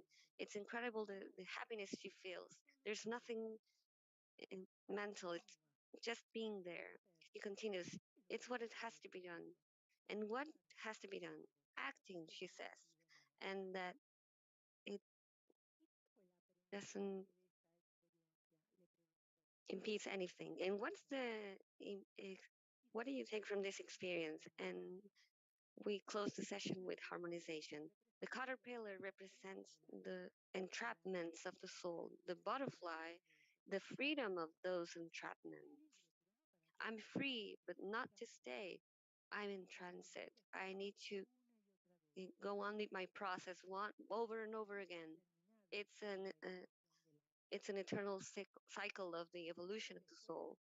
A few months later, Alicia writes to me to tell me how she felt after some time of this experience, of this crazy experience. And she tells me, undoubtedly, I feel more complete. I like myself and I feel free and confident to stand in front of anyone. My loneliness is gone. I'm taking conscience of all the processes, but I know that it's part of growing, of no and acknowledging my weaknesses does not diminish my value. I'm spreading my wings to fly and feel the wind in my whole being. So when the moment uh, if my tail starts losing strength, I can part. Of course, this was not a traditional therapy. Alicia was opposed to following my advices. She was in silence. I kept talking and talking, but it was like talking to the wall. And I just let her be until I call her to close the experience of the butterfly. The butterfly has to die. Only Alicia and her soul knows why she had to go that day with the conscience of being a butterfly. Thinking about my behavior as a therapist, what made me do this? Uh, because I know that uh, a past life experience needs to end with the death of that life in order to the patient to know that this uh, life is ended. So, and it has to start from there so it doesn't affect her anymore. However, I kept asking myself why I didn't do this.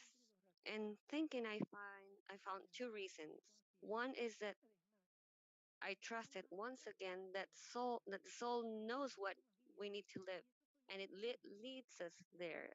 And that's what Alicia needed. She had to live as a butterfly to answer the topics that were making disturbances. And the other reason is that the Kabuli says we always have to be creative. There's a protocol and we need to apply it because it's this protocol what makes the experience complete, deep, and that produce the necessary insight to realize how the yesterday's experience that could also be today's could be affecting now. We need to be creative because not all regressions are by the book and not all people are the same. And like in this case, I didn't close the therapy as it should be so that the person is not tailored. Well, I know this is like an Argentinian saying.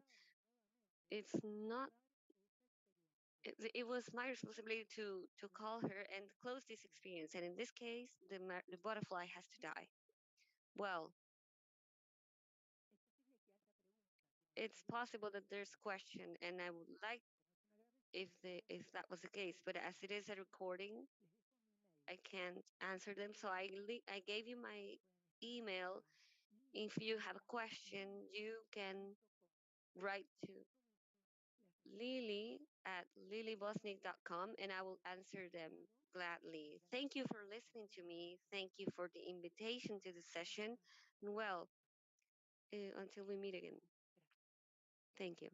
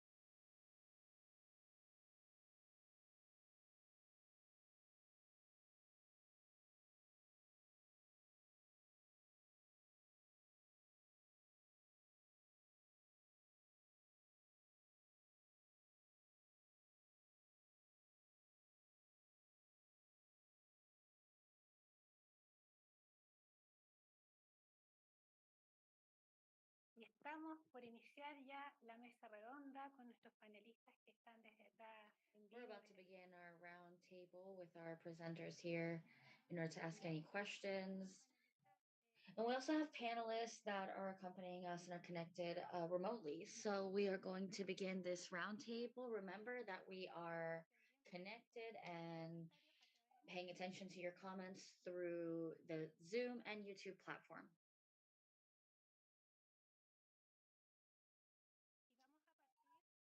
And we're going to begin with our host, Dr. Viviana Centero. Doctor, the commitment that is made with the inner child, could it be the same thing as making the projection of seeing the rest of your life walk with your inner child hand by hand?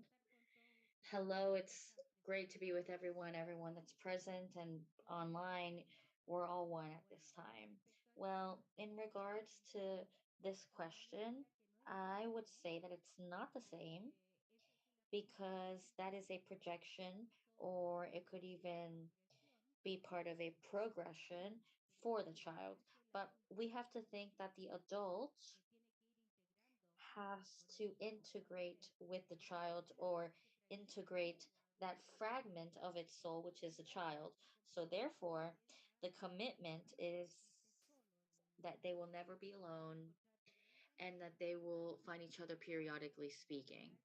And that means that the child will be also able to integrate and give qualities and characteristics that maybe could have been blocked at a certain point. And at the same time, they are showing you the future. But the ideal is that they are not two, but as one.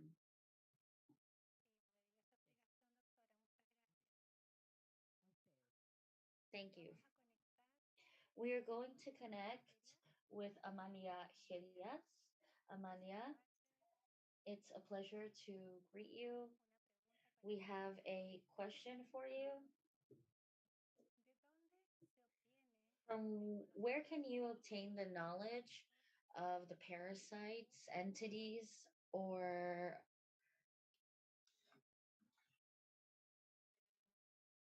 these types of energies?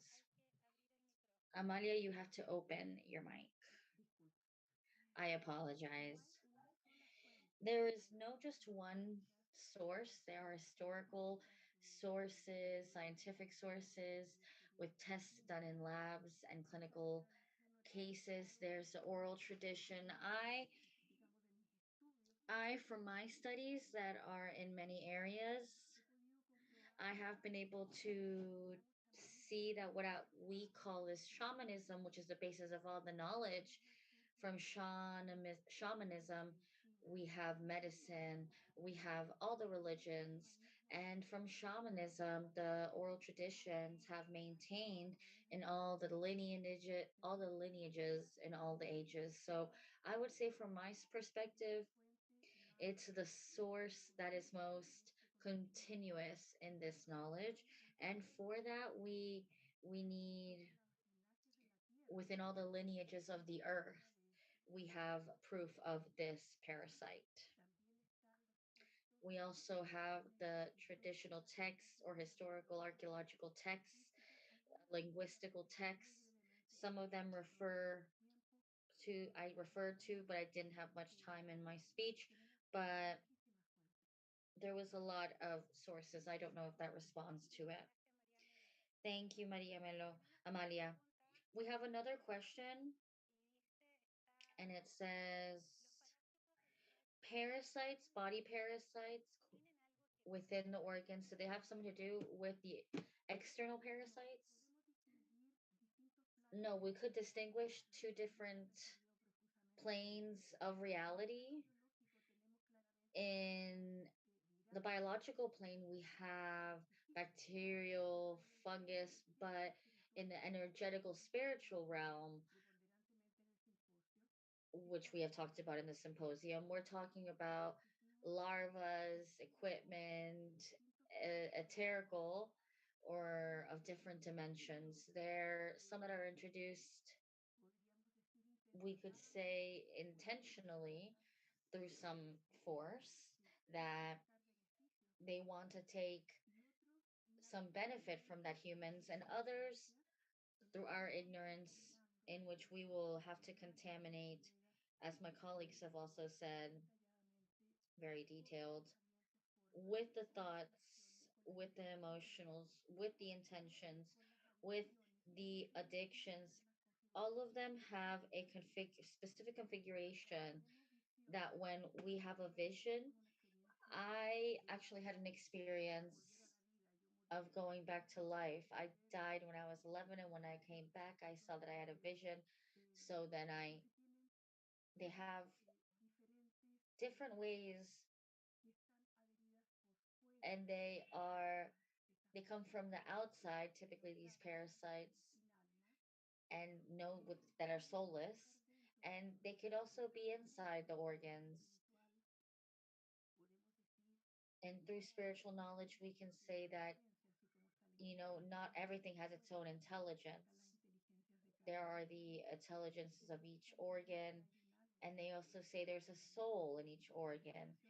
So in healing, we also communicate with that spiritual part of the body, or that complete intelligence of the body, and being able to heal.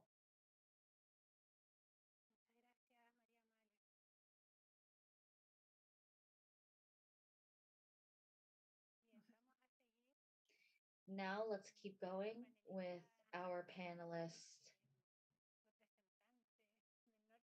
representative from the north of Chile, Corina Fernandez. We're going to ask, how can we identify what mandates are blocking us? Can you hear me? Yeah. With the mandates, the following happens. We have the ones that are detected within therapy and the ones that come from daily life. During therapy, when asking patients, how does this affect you? What does it make you do? What doesn't it allow you to do? Allow us to identify the mandates that are in regards to the reason that they are in the office. The soul does not understand a lie. It does not exist to it, because within you do not lie, you lie to others. But the soul does not lie. So therefore, if you say something, the power of your word of the soul assumes it as truth. And that's the power for the positive or the negative of a mandate. Directed towards the topic of my presentation, which was tobacco use, the mandates are: tobacco takes away my pain, my hunger, my anxiety. It gives me a better image. It allows me to make friends. Those are unreal mandates. So therefore, we have to unmask, and while in therapy, take out that power that those mandates have, and they are identified through the interview with the patient. That's what I could tell you. Thank you.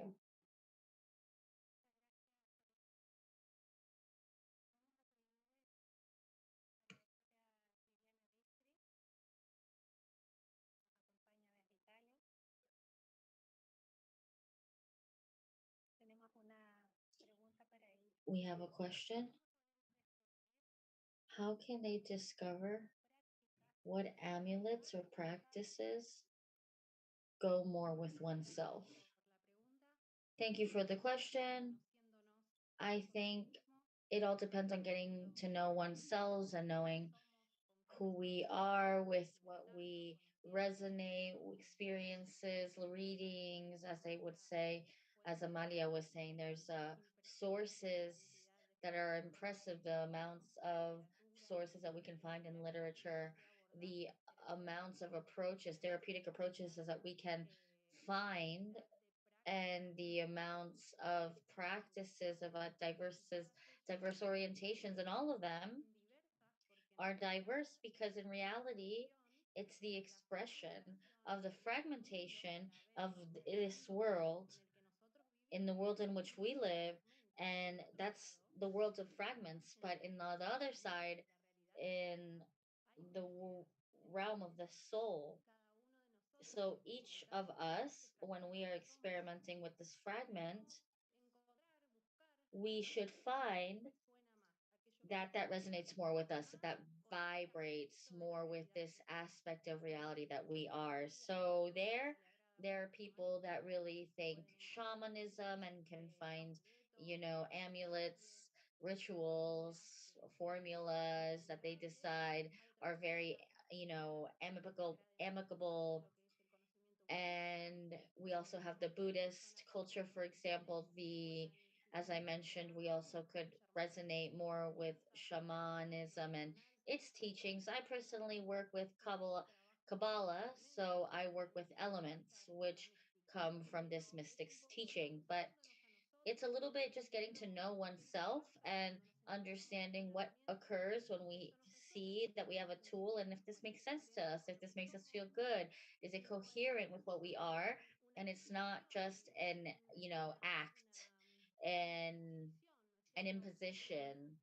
And as I said, as like it's like you're acting in the face of something, and maybe that could be that resonates something, right? But no, but when we don't feel it as our own, maybe that not might be the best option, and find something else. But there are so many options, luckily, and it's just, a thing about looking and finding. The one that looks for it will find. So that's how they say. Yeah, thank you, Viviana.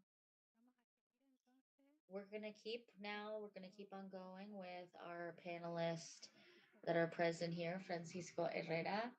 Any recommendation for patients in the sense of pertaining in the family roles of past lives that are united through a common denominator in the sex abuse? Hello, everybody. Thank you for the question.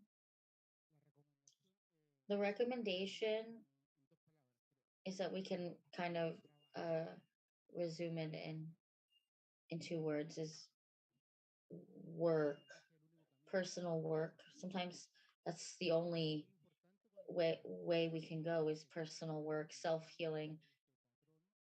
And for example, as the question is, if they feel anchored to repeat this pattern, it's possible to unanchor. Do regressive therapy is a great therapy for that. There could be others, I don't know, but I know it's possible with regressive therapy. It could be time consuming, even years, it's probable. Also, it's important because, as I said yesterday, a member that frees from that anchor can free all of the group members. They now unfollow that pattern for the future relatives. So, not just with your own, but also it's a responsibility with all your clan, your tribe.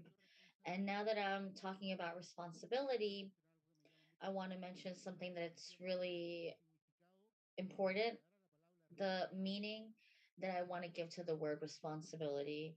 In responding to your ability, it's responding to the situation that I am facing at the moment. And like any ability, it can be developed. So, you know, I'm giving you motivation, hope, and never stop working, even if there's difficult moments. You feel like you're going to get to a point where you'll feel free. I hope that could have helped you.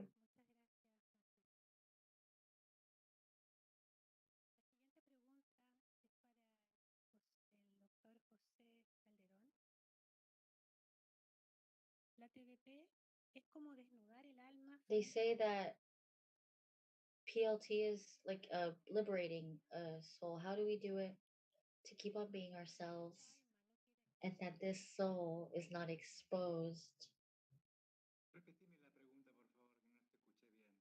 I didn't really hear the question.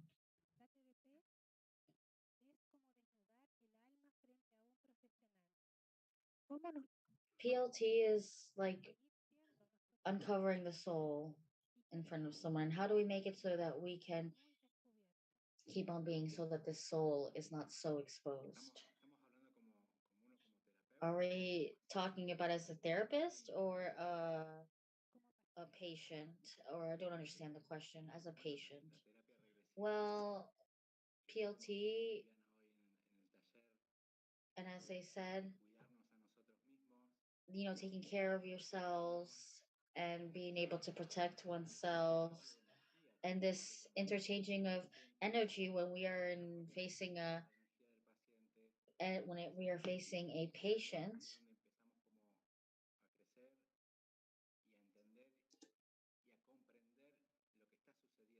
And understanding what's happening in that moment. The exposition in regressive therapy, at least from the school of Jose Luis Cabuli, is to make the soul naked, to express it, to take everything trapped in that unresolved experience out. So when we expose it, there's a process of integrating it.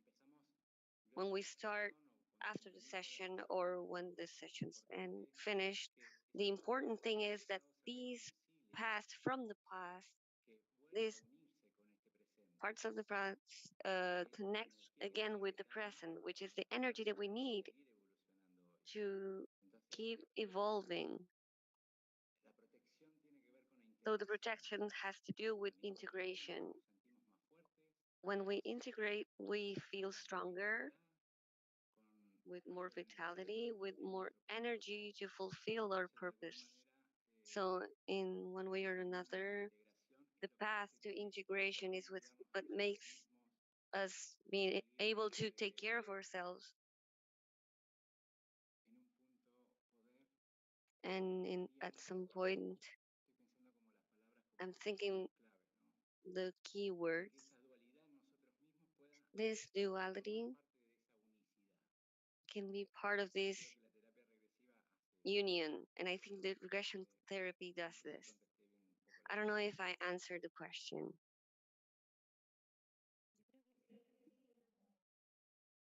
Otra pregunta para usted. We have another question for you. How can we cut a familiar relationship completely? For example, a mother that keeps playing the victim and asks for help, and when you give that help, it entraps the human being. Is that karma? Should we cut that tie? And in what way? Well, cutting ties, we can do that. What happens with ties is that a soul that is born in a family, it is connected, and maybe from past lives too. In currently,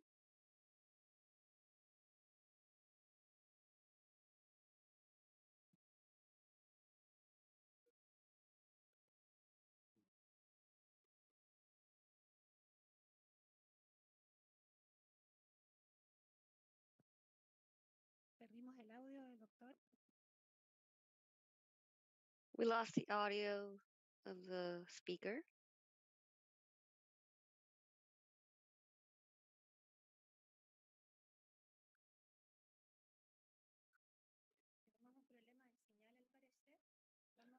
I think we have an internet problem.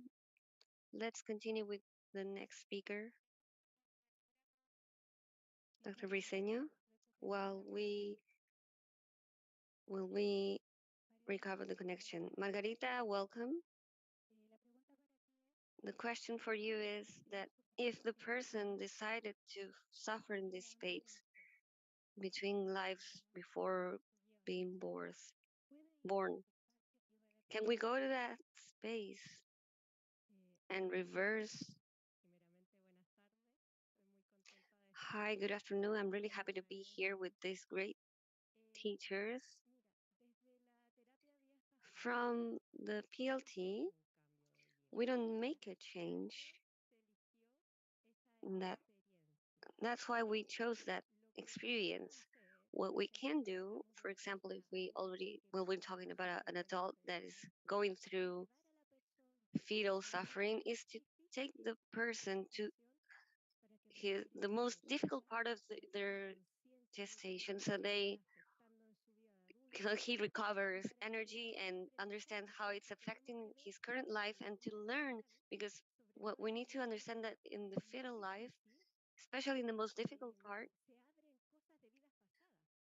we open things from previous lives that must be resolved now.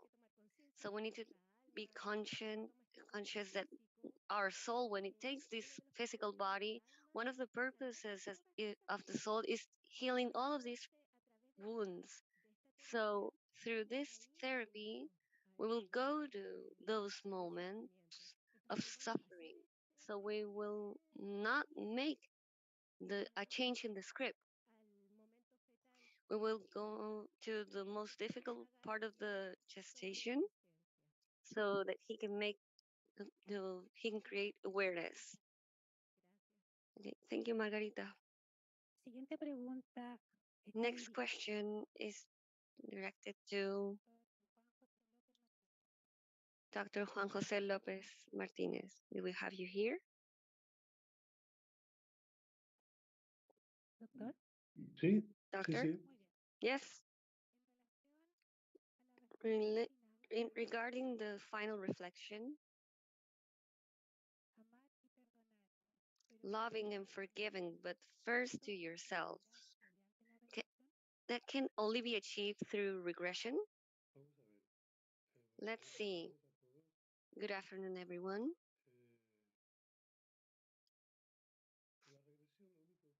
With regression, all you get is realizing the potential you have.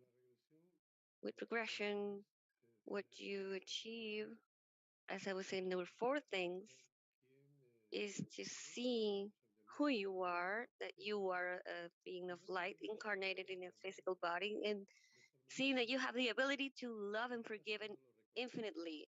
It's we just don't remember it. In fourth place, realizing that love exists. So you can achieve this with the regression of loving and forgiving. No, what you get with the regression is that you realize who you are and that you have the ability to do it. So we cannot be given our power to the therapist, to the doctor, to it's in us, and that's something we need to be aware of. And the regression therapy is being aware that the power is in you and that you are able to forgiving and loving. But as I said before, the it, principal condition and unnegotiable condition is that you first have to do it with yourself. If you cannot love and forgive yourself, hardly you're going to be able to forgive and love someone else. But it's your job. The regression does not do that. It just makes you aware of what you are and what you are able to do. Thank you very much, doctor. We have another question for you. Suicidio. When a suicide of a son after 10 years is manifested in this plane, it says that he has to leave because he still wants, it has things to do, and he doesn't want me to forget him. What can I do? Well, as I was saying, with a different question, but with the same result, Francisco Herrera, I'm going to make you work now. What you have to do is to work in the expanded conscious state. So that mom can go to a consult to an office, and in that expanded conscious state, save his child and see how the therapist talks to him and tells him that he does not have to be here. He has to look for the light, and that is the moment you have to convince the soul that he has to go to the light. And once he does, the story is over, or it will keep manifesting in that same place. And we need to know what is the motive why he doesn't want to go to the light. He maybe he thinks the light is gonna punish him. He thinks regrets what he did, the suffering he brought to the family. There are many reasons, but the important part is to work with the mother or with another being, father, brothers, and being able to help them through them to get to the light. Muchas gracias, doctor. Gracias. Thank you very much, doctor. I think we have recovered the connection with Dr. Jose Calderon. Sí, acá volvió la conexión, hubo... Yeah, I got the connection's back. Should we continue then, doctor? Okay, well, the question had to do with cutting ties, and I think the connections we cut with a mother, in some way, what gets cut it is the negative part of those ties, because the love, what a mother feels for his son or vice versa, is what makes them grow and evolve. What connects you negatively, that's what can be cut it in a connection. Thank you very much. We will continue with our president of Achtevip, Dr. Roberto Brito. Next question, doctor, is the synchronicity. Is it the capacity that the human mind can to trespass their ideas, thoughts to the collective mind? Buena pregunta. Good question. And it has a good answer, too. I want to remind you when I started my presentation, I said that I'm not a quantum physic. And I also said that the Richard Feynman phrase that says that if you understand quantum physics, in reality you didn't understand anything. I think it's a great virtue to have a good sense of humor and to be original. I have a good sense of humor, so I'm halfway there. Regarding the synchronicity, according to the synchronicity theory, it's supposed that the collective subconscious on the universal conscious is guiding a path that makes the coincidences be more than coincidences. They are signals and they should be captured through intuition. However, the collective conscious or universal conscious is fed by the experiences of the souls of the people in different moments of their lives. So there's a bidirectional communication. The, the transcendent conscious of people, that when it gets incarnated through the soul and it lives a physical experience in this plane and experience suffering, sadness, and happiness, all this knowledge is trespassed to the universal consciousness. So, in the end, through this, synchronicity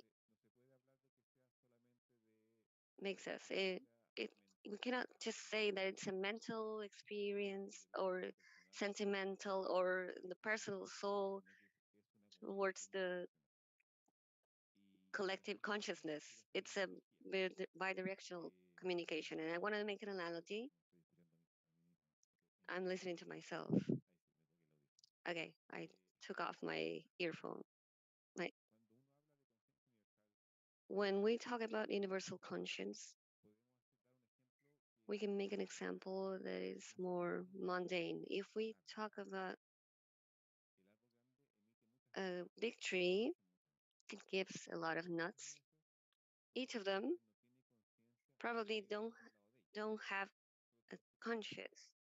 They can only have their own consciousness. They don't know there's another nut beside them, and each one is different from the other.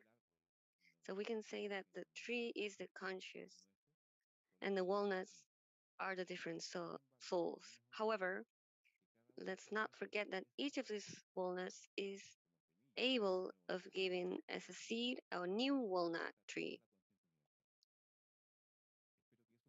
I hope that clarifies a little bit what the concept, because I confess that for me it's not that clear.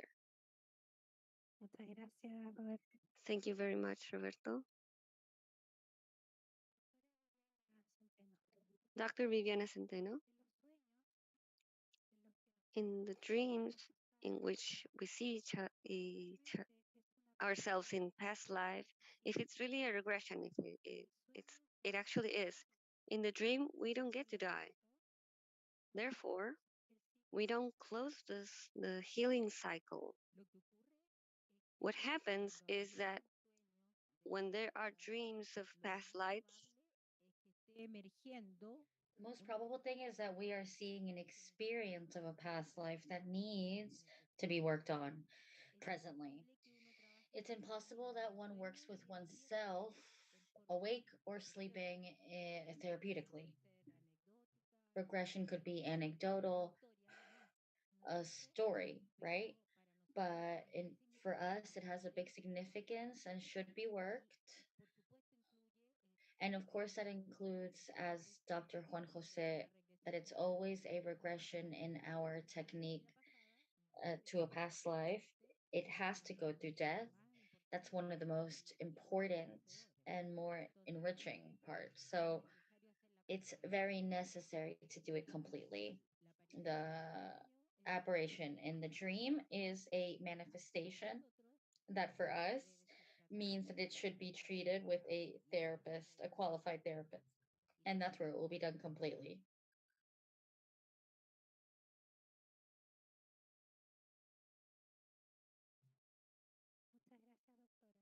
Thank you, doctor. We have a question for Ana Maria Geria. A person can have more than one type of energetic parasite associated to oneself. And could you go deeper on the ways you can protect yourself through mantra, symbol, energetic?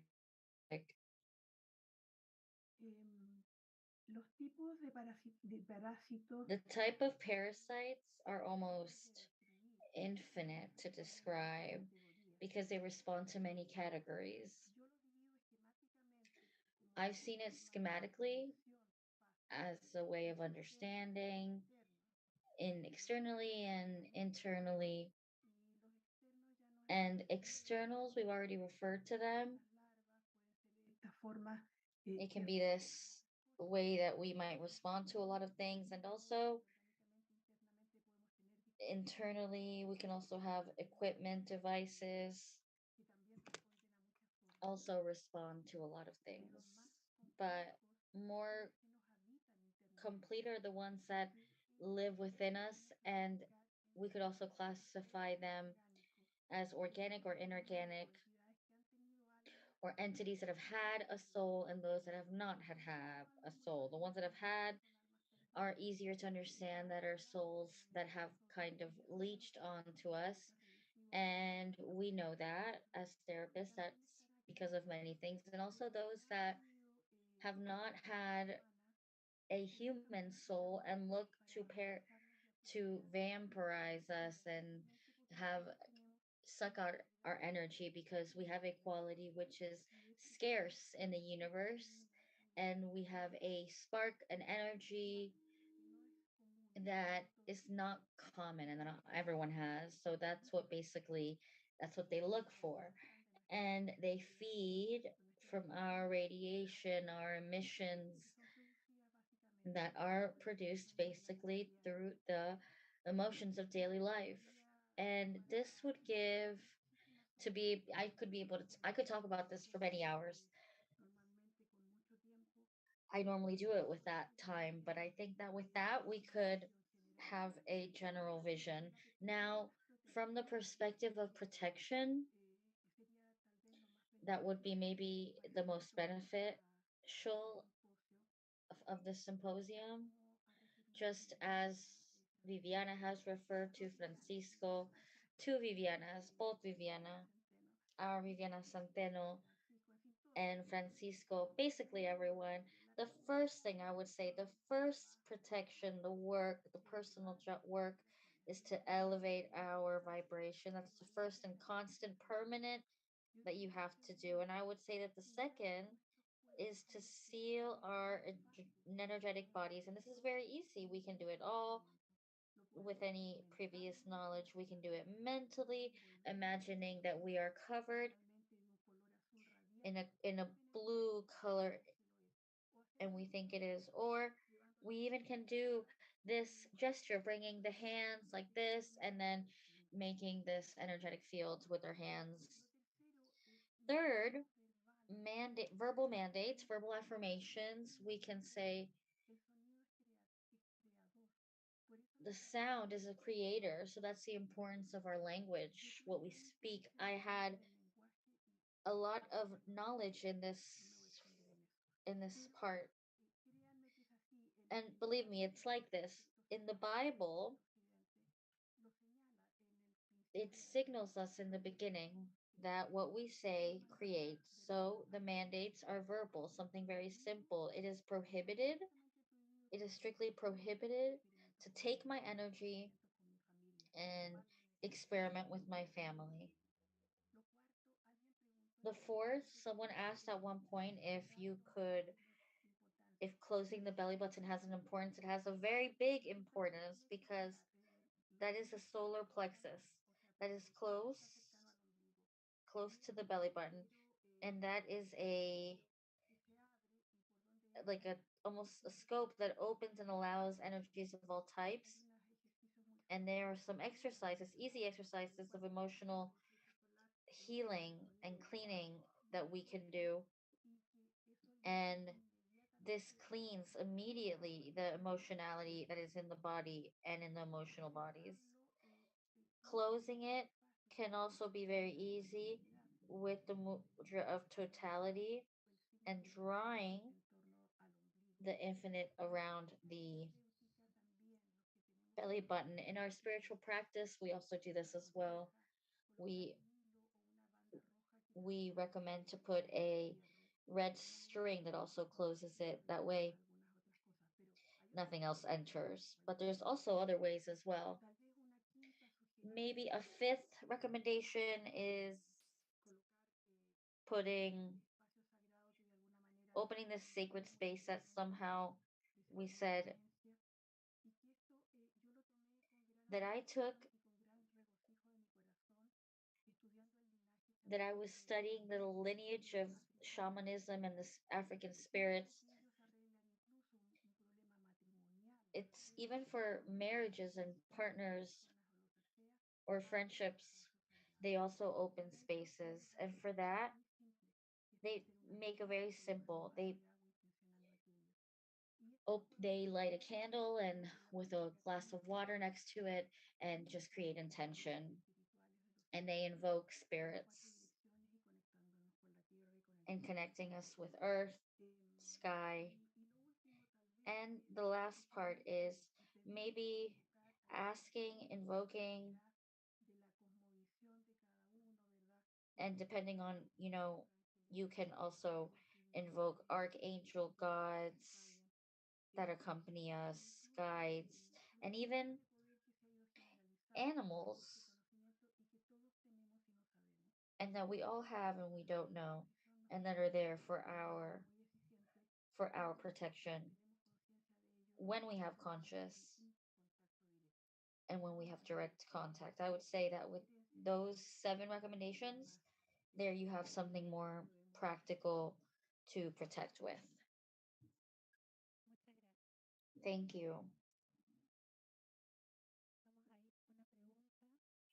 We're going to go with the question, Francisco Herrera. What happens if a patient believes they were abused, but they weren't able to experience that in the therapy? That could be for various reasons. I always say that every patient is unique and every experience is unique. It could be that they really weren't abused. It's a possibility. It could be that they're so scared of knowing and remembering that experience they don't want to access it, that experience, that memory. We'd have to work with that person and go deeper on the causes of what makes him think that he was abused one time. The therapist can also see other ways of accessing the memory or what to really do. I can't give you like a general answer because that doesn't usually happen. The general thing I could say in this case is that the person that is in that position connects to their heart. That's where all the answers lay. The heart communicates through the soul. And we also have to work that. How is that communication that we have through our conversations with the soul? There are schools now, and you know that you could talk about this. And I hope to have helped that person.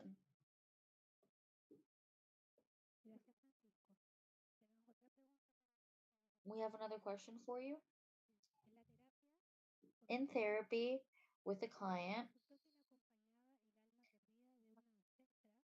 they had a lost soul of an ancestor that had been abused, and we solved the experience and we helped. The patient was satisfied and talked about the symptom, and they didn't have that symptom. My question is if we don't work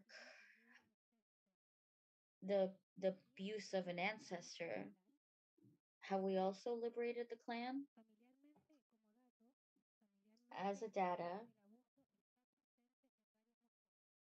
the topic of abuse is present in many women. Thank you for the question. Time will only tell. If I were that person, I would try to be aware and see what's going on and work the emotions that come up, whether it's anxiety, for example. Anxiety will not completely allow you to be present. So we have to be present in the best way possible, being at a high vibration. This does not correspond to fear, anxiety, worry, none of these emotions. You can maintain a vibrational seal, an average vibration of inner peace, tranquility. It'll allow you to be awake, allowing to live your life. Thank you, Francisco. Next topic, or following on with this topic, the Dr. Victoria Centeno, if there is a abusive husband in this life constantly and that is not shown to be conscious, what should we do? Well, if it's a father that's not conscious that he's not conscious of the abuse, I assume that the patient should be the daughter or son, correct? And the one that's going to work on regression with us is one of them. What we do is work the circles, as I explained yesterday, and evidently, this father has brought along traumatic situations to that son, and those situations has to be worked on. They need to be worked on with that father, with, as we explained before, as we talked about the connection that Roberto gave as far as the walnut, when this parent is not conscious in some way energetically, the work will come to him. And since we're going to do a complete work of reliving the trauma, saving mandates, and all that programming, maybe cutting toxic ties, and something that we call dialogue from soul to soul, that resonance will activate something in him. I'm not going to say he's going to be conscious of it. There will be a change. And we see that all the time.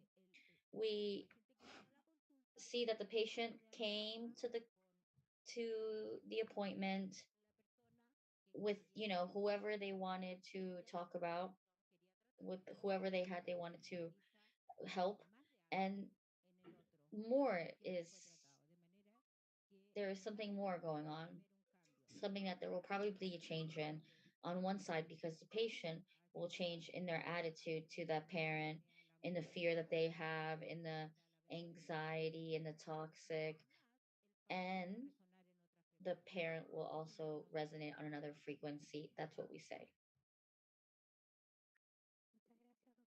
Thank you very much, Doctor. We have another question for Dr. Jose Calderon. The question is, can you do therapy at a distance and if it has the same result?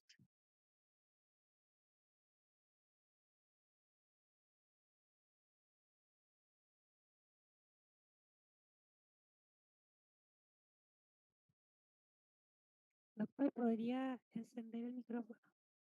Ahí está. Can you turn on the mic, Doctor? There it is. Yes, you can do a session at a distance. And I think in these last years during the pandemic is what was most developed, and the effect with the practice, at least in mine, I think it's the same as in a presential one.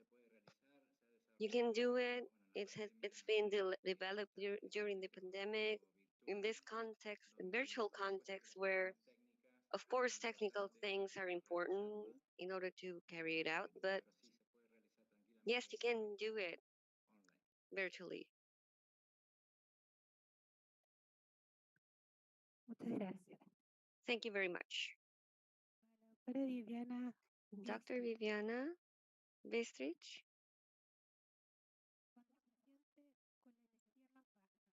When there's a conscious being with the lowest conscious, what do I do to protect myself? Do I keep working in regressions? Well, thank you again for the question. One of the indications that I mentioned is exactly that. Keep working with yourself, that which parts of me is missing, which part of the is missing the energy, maybe a part of the soul. There's a fragmentation in some part of my history, and it's that part that's begging for this in the form of symptoms. So this is one of the possibilities to keep working in order to uh, join this puzzle. This, if we think of the pieces of a big puzzle, like imagining what our soul is with these pieces that are scattered in different points of the universe, in order to know it ourselves and be integrated and show the greatness of what we are, that puzzle must be joined. That's how we're going to be able to connect with our real power, but only if we integrate it. One thing is to keep working, not losing sight of our personal work. So we need to recover ourselves in order to keep going, because sometimes we need a break. We need a lifesaver, something that lets us breathe and continue. And maybe we could charge with the energy of the soul. Pranayama exercises, which is connecting with the universe through breathing, being aware to our feeding, to our rest, to our nutrition, be the most aware possible to which points we spend and don't spend our energy. Sometimes we spend too many hours. I'm just giving an example, but maybe we're spending too many hours in front of the TV watching horrible news, which are the is the permanent state of news in TV. That is going to lower our energy a lot. Our vibrational field is diminished in all senses, and this and the effect at a mental and emotional level will make us lose vitality. So this is a few things that we should keep into account in order to revitalizing ourselves. These are one of the gems for that. Of course, this would take maybe a longer presentation, but I hope I answered the question with this. Thank you very much. Next question is directed to Maria Amaya. The parasites can give you cancer. In my practice, my clinical practice, I've seen that they can provoke everything, including death.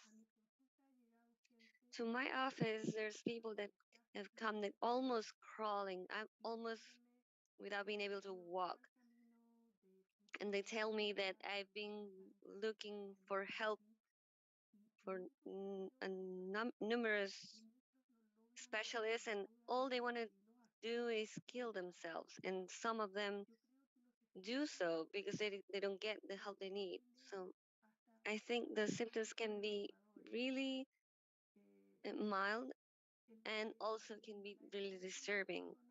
The desperation of the people who look for for relief doing this, they do this because of desperation. So why I'm gonna die for?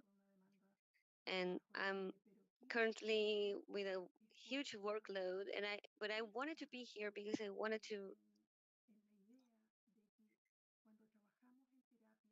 focus on the idea when we work in this wonderful practice that we do is to have the awareness that the first thing is to clean the soil so that the patient recovers. From my personal perspective, taking out the parasites is the first thing to do because if the person makes an insight in their processes and he gets awareness from many things and they evaluate their lives, but it's being parasite, it's like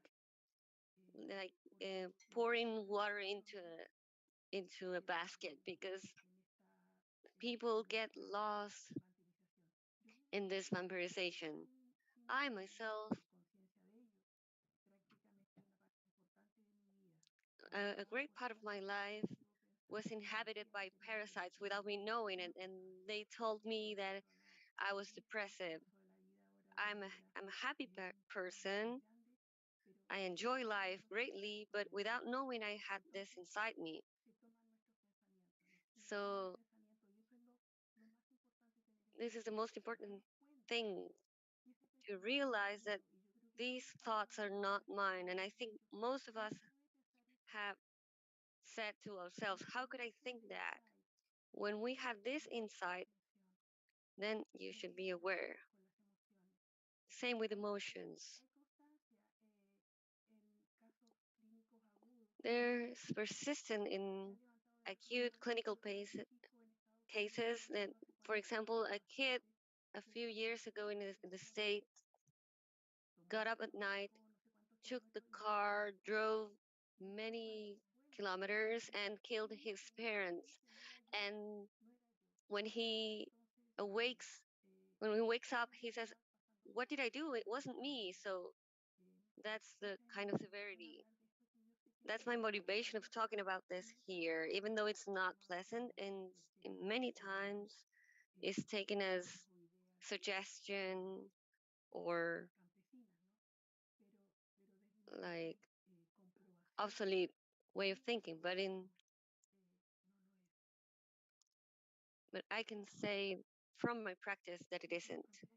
I don't know if I answered the question. Muchas gracias, María Amalia. Thank you very much, Maria Amalia, for sharing your experience. Tengo una pregunta para el doctor I Roberto have a Brito. question for Dr. Roberto Brito. Intuition, is it related with the concept of telepathy? Telepathy? Good question. Telepathy is studied. It's a real phenomenon. There's been experiments of transferring thoughts in telepathy, and let's remember that the concept of quantum physics,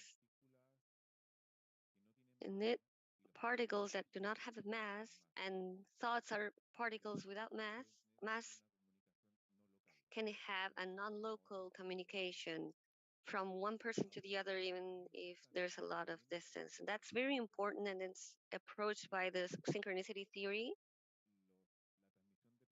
The transmission of telepathic thoughts, it's a type of synchronicity in which two people at at an important distance, or maybe not that important, and in different moments can have thoughts transmission. The most important thing regarding synchronicity is that the moments in which we most look for synchronicities is the moments where we're going through most problems, with sentimental problems, with anguish, illnesses, because we focus in the intern. If we focus in what's inside, our intuition gets higher. That's why the possibility and the ability of communicating telepathically increases when you get in your world inside. It's really hard that someone that is focused on day-to-day life or aspects, I don't know, the value of the money or other things, reaches a real telepathic communication. But our examples with sons with mothers that communicate like this when they have troubles, a mother and a son have a quantum connection important, and when it lowers to their previous point, there should be a communication and the ability to acknowledge it. It has to do a lot with that. I don't know if that answered the question. Muchas gracias. Tenemos una pregunta para la doctora Viviana Bistrich. Cuando se nace de noche, ¿se puede tener problemas para dormir o es solo un mito? Bueno, me río porque hace poquito estuve leyendo en un texto que es el Zohar, que es un texto de, digamos, sabiduría mística hebrea, de Cábala, en la cual hay alguna mención en relación a los nacimientos de noche. Lo cierto es que no está mencionado esta relación, ¿no? Si hay una mayor probabilidad de sufrir insomnio, ¿no es cierto? Esto un poco me imagino que hacen la pregunta en relación a nuestro trabajo de investigación que hemos presentado.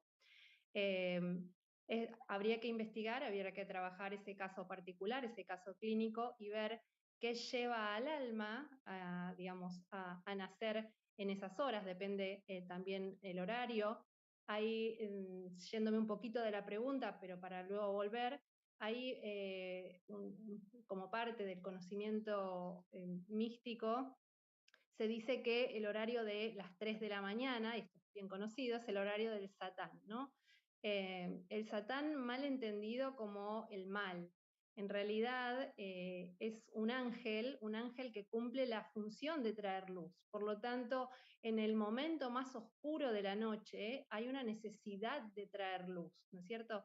Entonces hay algo ahí, hay una información particular que se da en esa constelación astrológica, en el momento, en el horario, en el lugar de nacimiento, que tiene que ver con el trabajo que venimos a hacer esta vida. Entonces, quizás sería interesante que la persona pueda hacer una regresión al momento de ese nacimiento, en este caso sea nocturno, pero bueno, puede extenderse esto a cualquier otro tipo de nacimiento y ver qué hay allí en relación a la labor que trae a esta vida. Y si esto está en relación con el hecho de sufrir insomnio, si es este caso en particular, ¿no?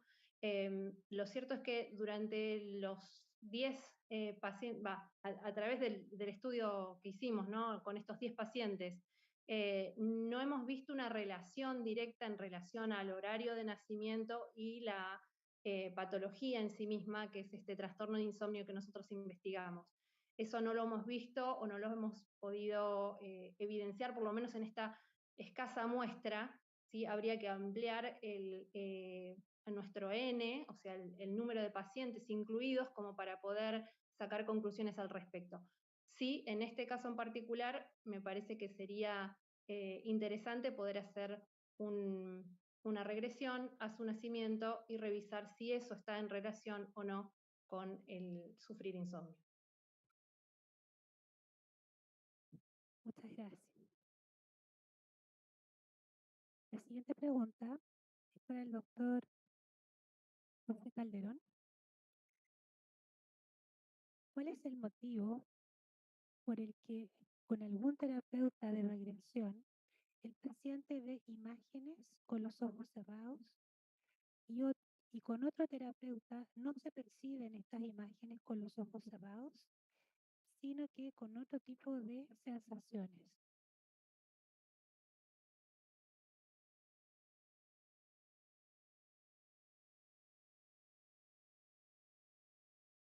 Ahí está. Es, de alguna... las sensaciones, por supuesto que van variando de terapeuta en terapeuta. Y que tiene que ver con este intercambio de energía que ocurre en la sesión misma. Cuando uno dice no puedo ver imágenes, ahí uno podría como ayudar al paciente a que todo lo que diga, que todo lo que exprese, lo exprese desde los ojos del alma. Entonces no es importante si aparece o no aparece en la imagen, sino que aparezca el síntoma para poder trabajar en la regresión. Y puede que con algunos terapeutas uno pueda sentir y otro pueda ver, otro pueda pensar. Tiene que ver quizás con esta afinidad, con este intercambio de energía y con la empatía que uno genera con el terapeuta.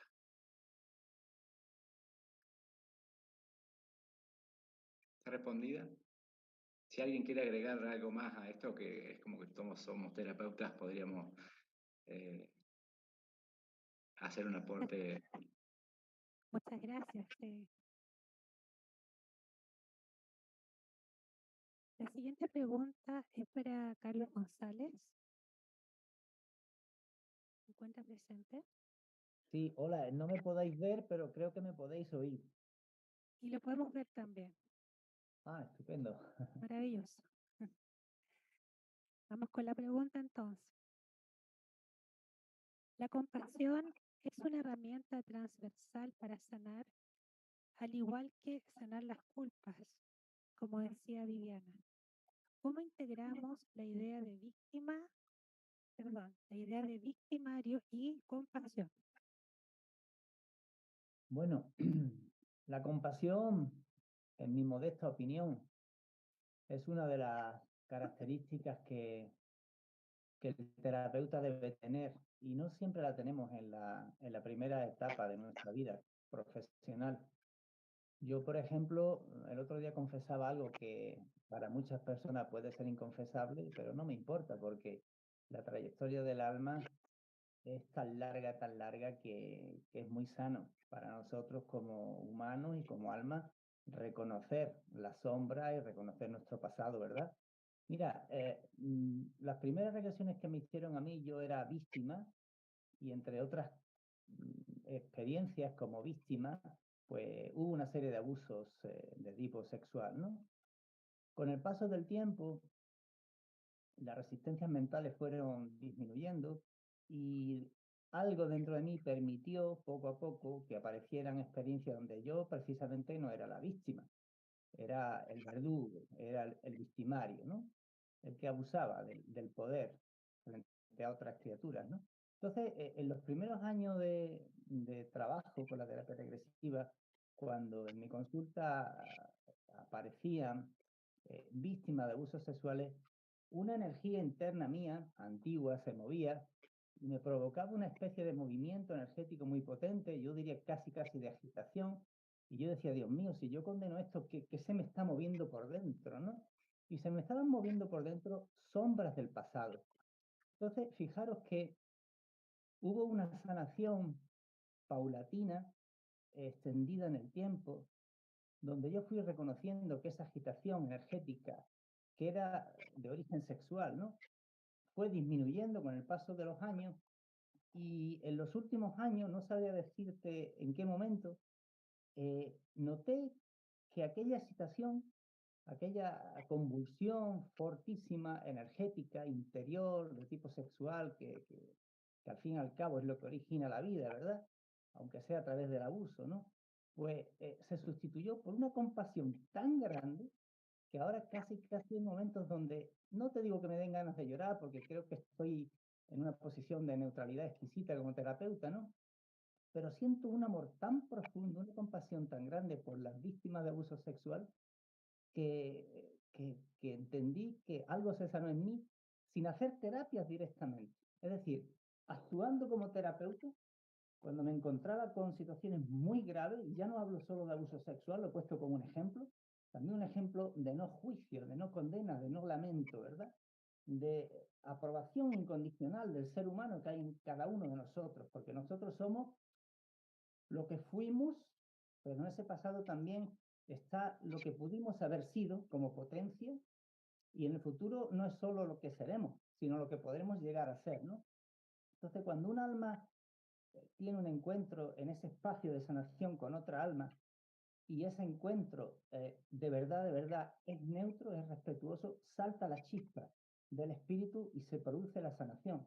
Y la sanación es el reconocimiento de que como almas todos tenemos un recorrido tan grande, yo diría casi infinito, que la aceptación incondicional del proceso del otro, a través de ese amor incondicional, por tanto compasión, es fundamental en el trabajo del terapeuta, ¿no?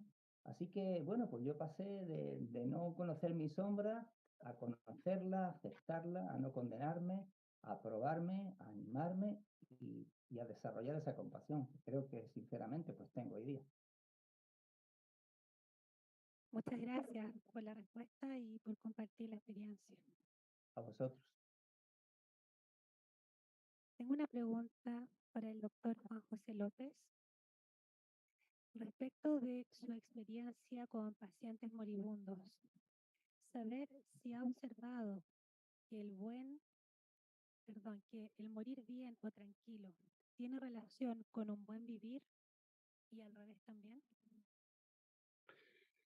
Bueno, el morir bien, entiendo la pregunta, gracias por la pregunta. Morir bien si tiene relación con el vivir bien. Ahora, Así es, y viceversa. sí, y viceversa, muy bien.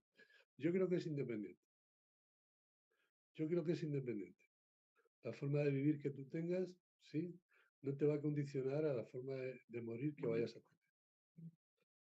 Es decir, en el momento de la muerte es como poner un lazo al paquete. En el momento de revivir la muerte es el último momento de vida. Y como tal, lo que tienes que estar ahí presente es en lo que está pasando y tener conciencia de que te estás muriendo. Cuando se tiene conciencia de que te estás muriendo, es mucho más difícil que hagas el tránsito y te quedes sin O sea, no te des cuenta que has perdido el cuerpo. Porque si tienes conciencia de que estás muriendo, la conciencia que está en contacto directo con la conciencia, ¿sí? Por eso yo decía en la ponencia que lo ideal es tener conciencia y conciencia en el momento de morir. ¿Eso que lleva implícito? Lleva implícito el buen morir, ¿qué podríamos definir por el buen morir? What can we define as el buen morir es morir consciente. ¿Eso quiere decir que el que no muere consciente no tiene un buen morir? No, no quiere decir eso, porque todo eso tiene solución. Me estoy refiriendo concretamente al tema de la sedación. El tema de la sedación muy en boga últimamente. ¿Se debe sedar a un enfermo o no se debe sedar a un enfermo? Yo como médico creo que sí, si hace falta hacerlo. Pero también como médico opino que para sedar a alguien lo que hay que hacer es contar con el permiso de ese alguien, con la autorización de ese ser humano, de ese paciente. Y tener muy presente que en el momento que lo sedas, le anulas la conciencia y le anulas el consciente. you canceled their consciousness because they're sleeping. Therefore, if we sedate them, we need to take responsibility of constantly talking to them from that moment on to tell them what's happening and to transmit them if the death is coming. That would be the peak of the moment, and tell them you just you don't have a physical body anymore. What am I doing if I'm talking like this to this sick person? I'm doing the function that their conscious cannot do because they're asleep, so that they are conscious that they have no body anymore. And therefore, being able to separate from the body is easier to have a good death and focus into the light. For me, dying consciously, being forgiven and asking forgiveness of what you have done, both forgiven and asking for forgiveness, is dying well. Thank you very much, doctor. Next question is for Dr. Roberto Brito. Al estar en terapia regresiva, If while in regression therapists, the patient say vortices with plagues and goes from one to the other, traveling through them with information they cannot explain. It could she be remembering a future? Wow, what a question. It's a good question because I had to in a regression, a patient once lived something really similar to that. She lived what we could call some ships that could be futuristic, and effectively she could be seeing the future, but it could also be that her soul is showing her futuristic images related to experience from the past. Remember that time does not exist and it can be mixed. In the particular case of the patient that I saw, even though the first images were images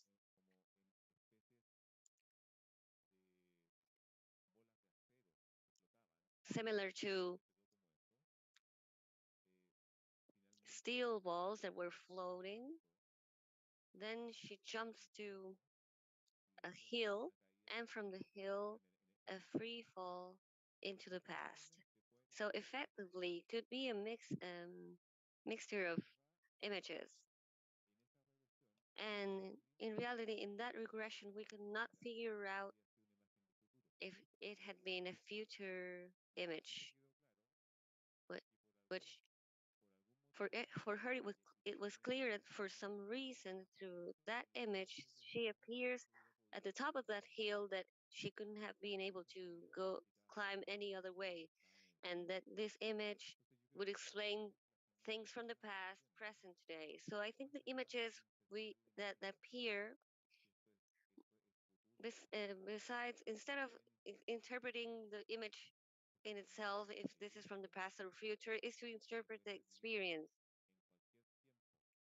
She could be living in any time according to our time, from here and now, or the timeline, or the space time that we know about. So, yeah, it could be, but instead of thinking that it's a futuristic image and getting that conclusion, is to focus in the experience in itself. That's what I've lived in PLT. Thank you very much. A question for Carlos Gonzalez. Can you do a progression to a future life and continue a link or relationship that in this life was inconclusive?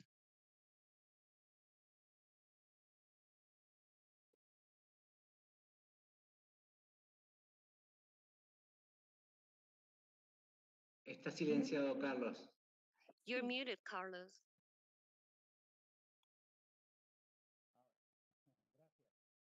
There you go. Oh, thank you. I was saying that I don't only do the regressions in my day to day, but sometimes there has been experience that clearly do not correspond to the past and could be interpreted as future lives, or like with situations like Roberto was saying that apparently do not correspond to the civilization that we know with a more advanced technology, with images that do not fit in our head, but it could be considered a future life. To my understanding, when I see situations like this, I remember the auto prophecy when the conscience of a human being is approached by a possibility that conditions him. There are many possibilities that these ends up turning into a reality for that soul. I think we have to be careful here as therapists,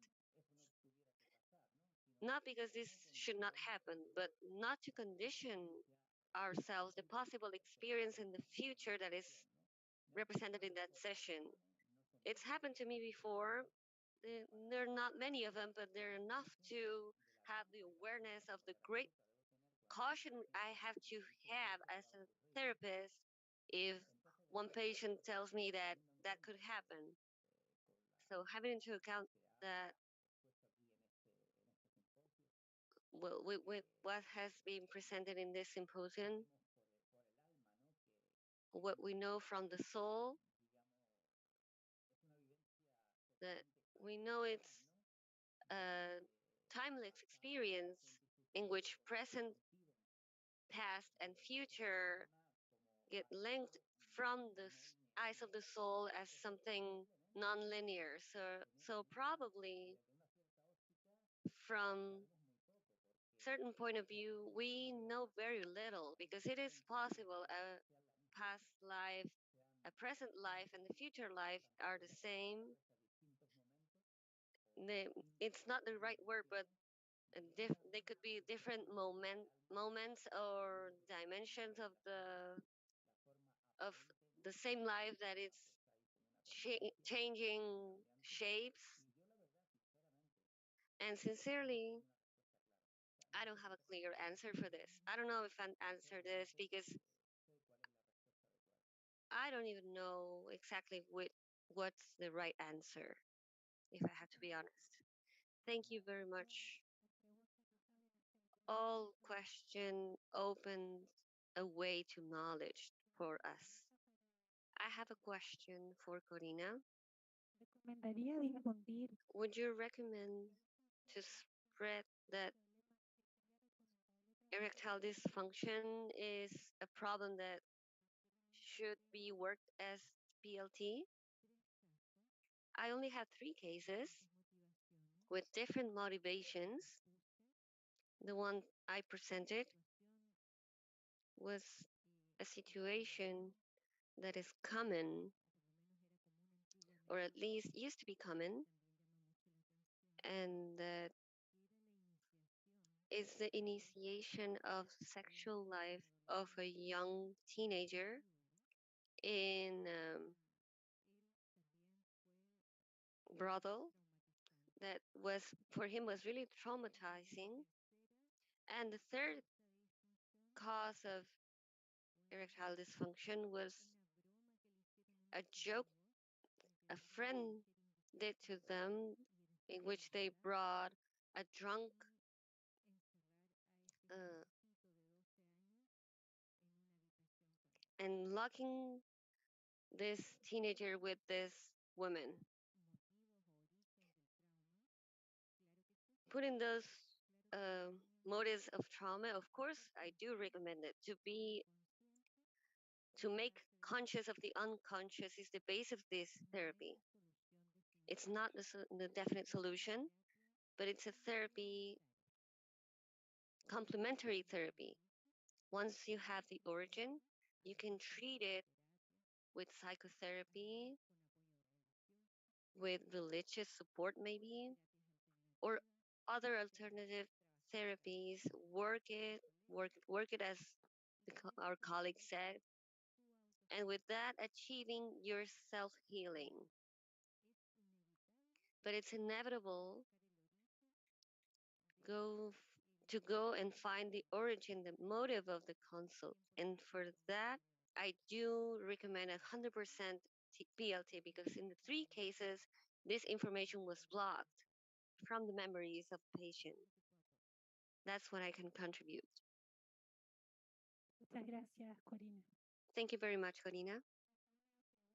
Let's go to another question for Jose Lopez. With the legalization of euthanasia, we block some sort of experience from that area to get learning.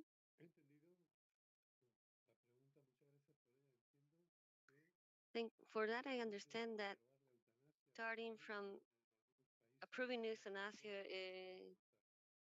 in some countries, if it can shorten or not. Let's see. The one that shortens voluntarily their lives is the suicidal. If I euthanize myself, well, I cut it. The one who cuts their lives voluntarily is the one who asks the euthanasia. You're the one who decides to cut the experience. There's a key part here. We come here to leave. We come to this incarnation to leave it, but we need to leave it in the moment we have to leave it, not a minute before. It seems like everyone that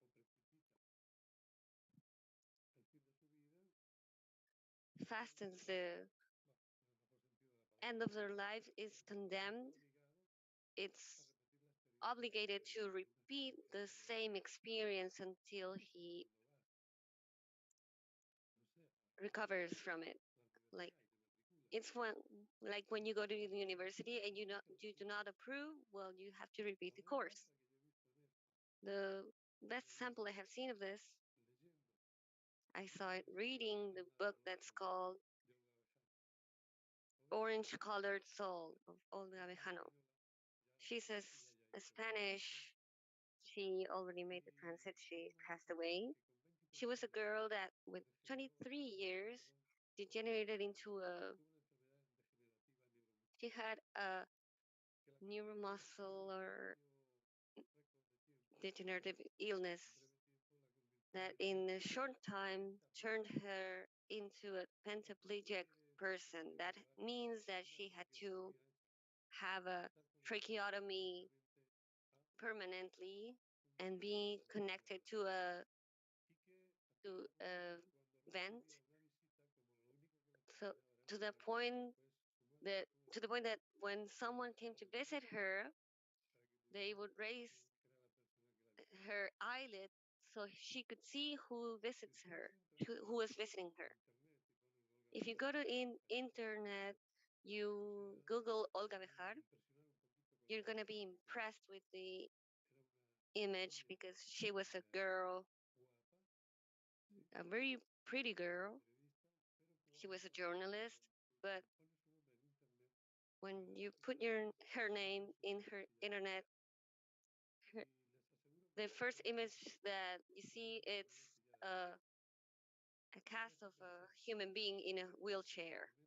What does that make you think to be like that? I would just choose to get euthanized or to get a shot to the head. In that book, she tells us her near death history. But in at her 23 years, she has a heart condition that starts everything. And from that near death experience, she develops certain qualities like most of the people who have experienced an experience like that, and she makes a direct contact with the other plane, with the spiritual plane. My My question question is the is, following. today they confess that they want to go back to the body.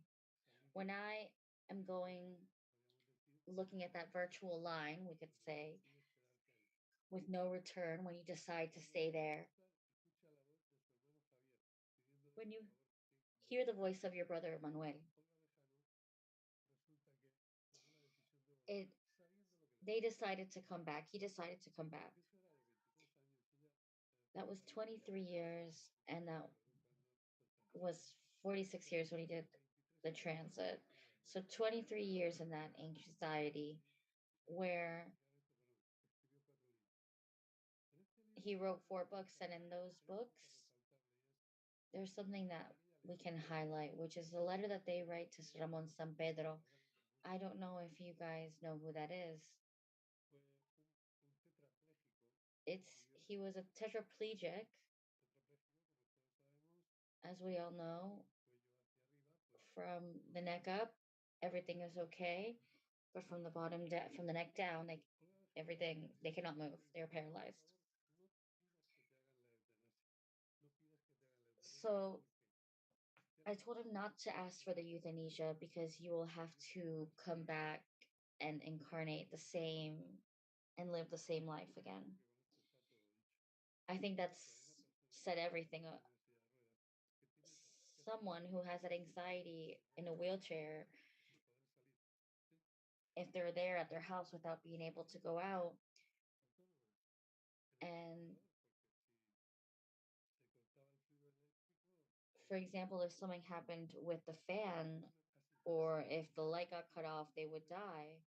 And if you're able to tell a tetraplegic, please don't take your life because you have to live. Well, they saw something on the other side, and I think I leave the topic answered as far as euthanasia.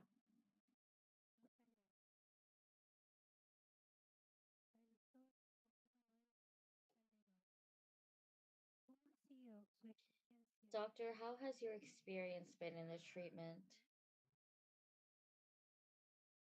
with cancer patients with doing PLT? Well, within psychiatry, we have different types of depressions, which are characterized by moderate, severe, and even a state that is called like melancholy. And regressive therapy works very well, even in depressions, severe depressions. That's where the melancholies are a little bit harder to work with people because of the state of consciousness of the patient, but they can be worked. It is worked in stages, it is progressive, and there's a part of the patient, of the depressive patient, with a lot of resistance of wanting to modify, of wanting to change, of wanting to, they sustain in that place like as a victim that is just, situated being there. So being able to go and processing through regressive therapy or past lives, it's like finding the origin, finding or looking for what brought them to that type of suffering, as Jose Luis talked about, of the origin of the suffering. Because the state that the soul was able to be in that chronic depressive state because somehow at one point we were a abuser, we were an offender.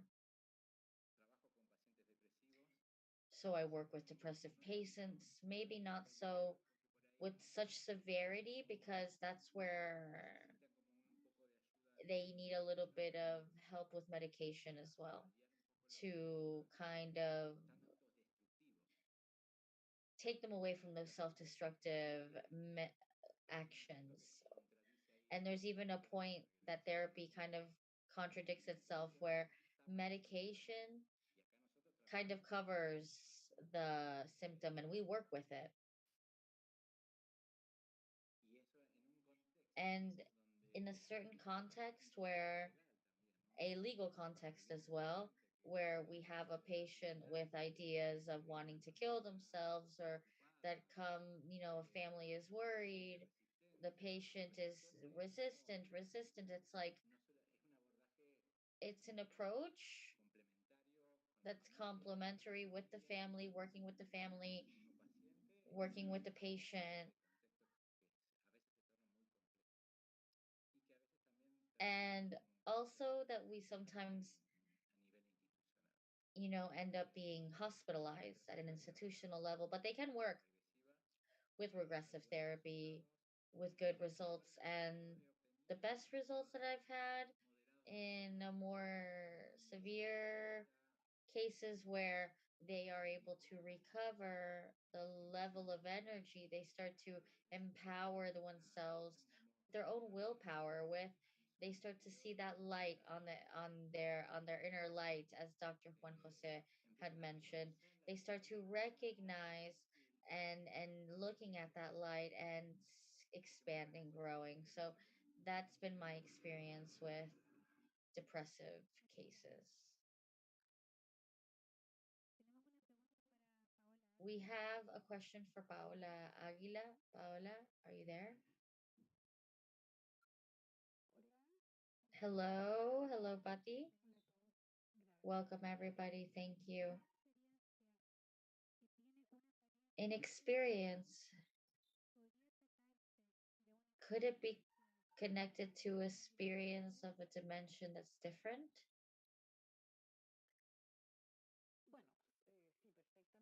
Well, yes, it perfectly could be working on talking about extraterrestrial.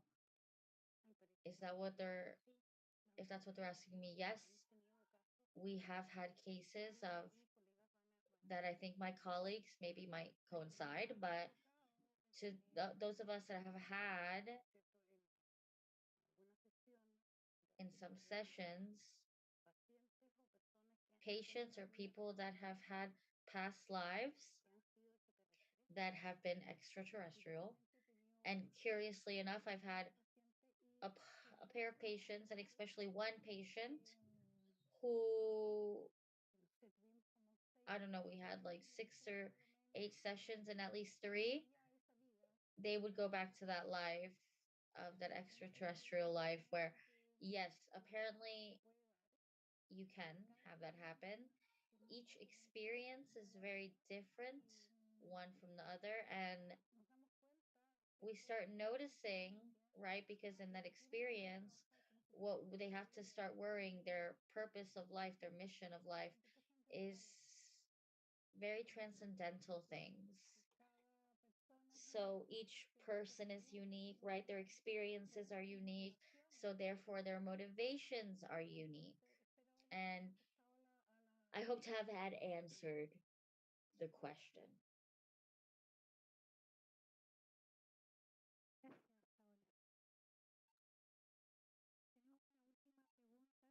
We have the last question, and we're going to open it here to the panel. The medical panel.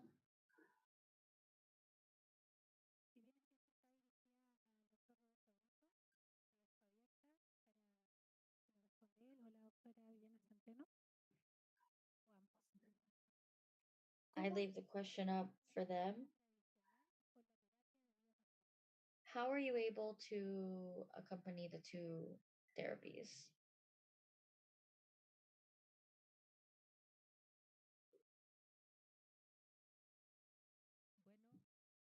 Well, I think it just was done very naturally.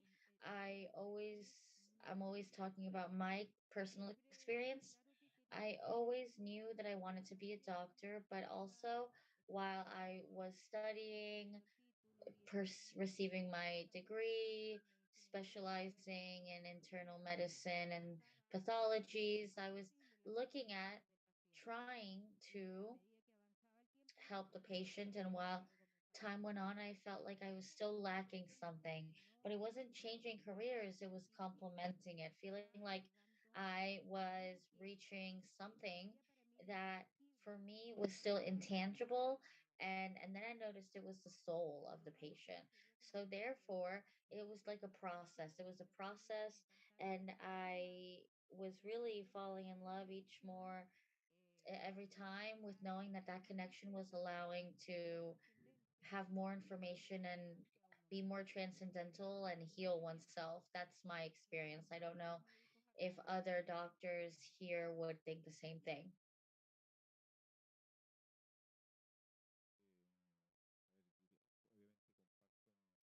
I obviously agree in the experience with Viviana's experience.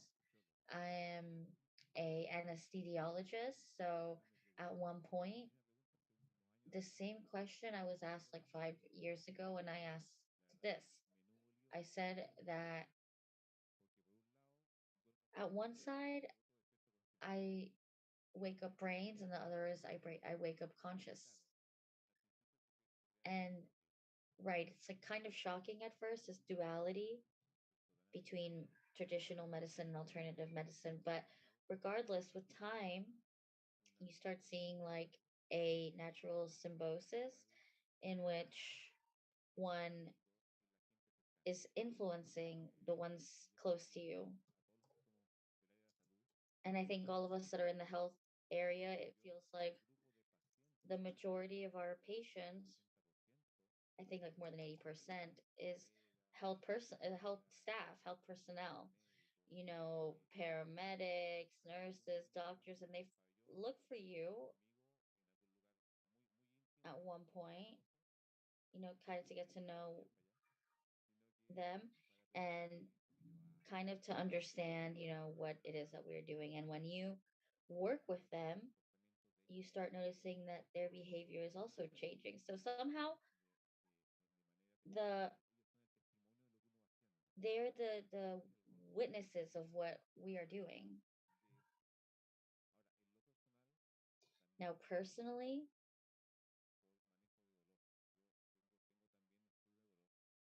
I have patients that have pain where they don't find a cause, and they know that they look for me because they know I do this differently, and I've had really good results. And personally, very personally, I stopped looking at the patient as a patient, but as a soul. When I have him, sleeping, I know that he's not simply just a lung, it's not just simply a body, and that really moves me much more. Beautiful.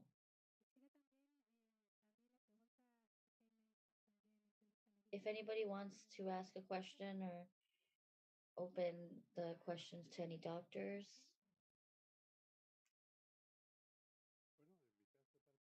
Well, in my particular case, it was very similar. My symbiosis, yeah, as Viviana has said, of course, pain. What happens is that it's very confusing with a lot of doubts because it's an internal battle with me versus me. And even in clinical evidence, it was showing that something was happening here.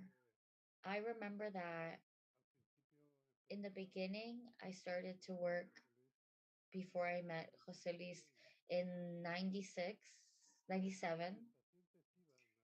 My patients would, like Roberto said, they were, colleagues of mine, and my patients would, and I tried being a patient to understand this. And I tried it, but I wasn't able to achieve it. I achieved it at the 11th try because I'm very analytical. At attempt number 11, at attempt number 11, as we said, the melon broke. And well, starting from there, it's been almost 25 regression, but the 10 first we couldn't make it. So I started thinking people is making this up. This one thing is a fantasy, one thing, but the universe that doesn't let go of your hand. I don't know if you feel it this way, but I feel like I'm an instrument of the universe. Simply, if there's a merit that I can give to myself is this. It's not more important than any other mission that another incarnated being have has. But I think the universe is to blame for everything, and it took me from the regular consultation in which I had a patient that 3 days before she had seen her daughter in regression, and she had seen her in this the third time. And well, she came for a traumatic problem, back pain, and she was the classic person who likes to interact with the professional.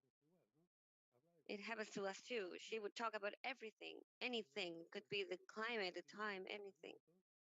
So when she was receiving the treatment, it turns out that she tells me, by the way, doctor, you should see w- how well you're doing. My daughter is doing with that weird therapy you gave her. So I thought without turning my head to her, this is my way to prove myself that this is a lie and that people is making this up. So without looking up, uh, 3 days before she had had this experience with the daughter and the womb, well, I told her when you were pregnant, this and this happened, and then the doctors happened, and then you went to a house without elevators. You said this to your husband, and she grabbed you from the waist, and I explained everything to that. I thought I was expecting someone after I looked up. Uh, I was hoping to find two people who were telling me, "What are you telling me?" But uh, surprisingly, I just saw a person that had her eyes widely open and telling me, "And how do you know all of this?" So I had to switch. Well, I know because of the regression therapy that weird therapy I made to your daughter. She told me, and with this, I want to tell you that it will be a road full of doubts, and still is. Logically, the doubts that I have nothing to do with the ones I used to have, but it it's what happens with the soul. It's in their eternal present evolving. and I still have it. But if I want to say something as a therapist, now that I know it better, the therapy is the easiest I encountered in my life. Any doubt you may have, the patient solves it for you. You have doubts as therapist, but don't have doubts. Ask the patient. This is completely opposite the other allopathic therapy. And in this case, the patient has doubts and the medic answers them. But this is the other way around. If you have doubts, ask the patient, is this your current life or is it a past life? That's why I say that for me, it's been a gift from heaven to be able to discover what did I come to do in this earth. And I'm happy doing it. Thank you, doctor. It's a gift for all of us too. The words of every one of you. And I'm gonna leave the floor to wrap up this seminar to Dr. Fabiana Centeno, our host. Okay, I want to thank greatly from my soul, from this happiness of being able to do this symposium and being connected with all of you. I want to, in the first place, thank to our masters who are here in our round table for their generosity, for their testimonies that lead the way of so many. Thank you so much. And also to those masters who were throughout these days, even though they are not present in this round table for, for different motives. Dr. Jose Luis Cabuli, Master Lily Bosnick, Master Hans Tendam, and great thanks to Dr. Raymond Moody, with whom we were yesterday sharing. And I know this was not just a virtual encounter. We felt our energy and he felt us. So I cannot but thank him. To the Achtevip team who has worked in the organization and the realization of this event. To the jury of the prize, Ronald Schultz, who worked for many times without being physically present but completely connected with us. To therapists, Ingrid Neumann, Nancy Diaz, to the general public, to all of our colleagues that have been here, to the disciples of many of us, to the patients that without him we wouldn't be nothing. The patient is the one who facilitates and joins this learning and helps us heal. So thank you very much from my soul to your soul, and also apologizing for the inconveniences that may have happened.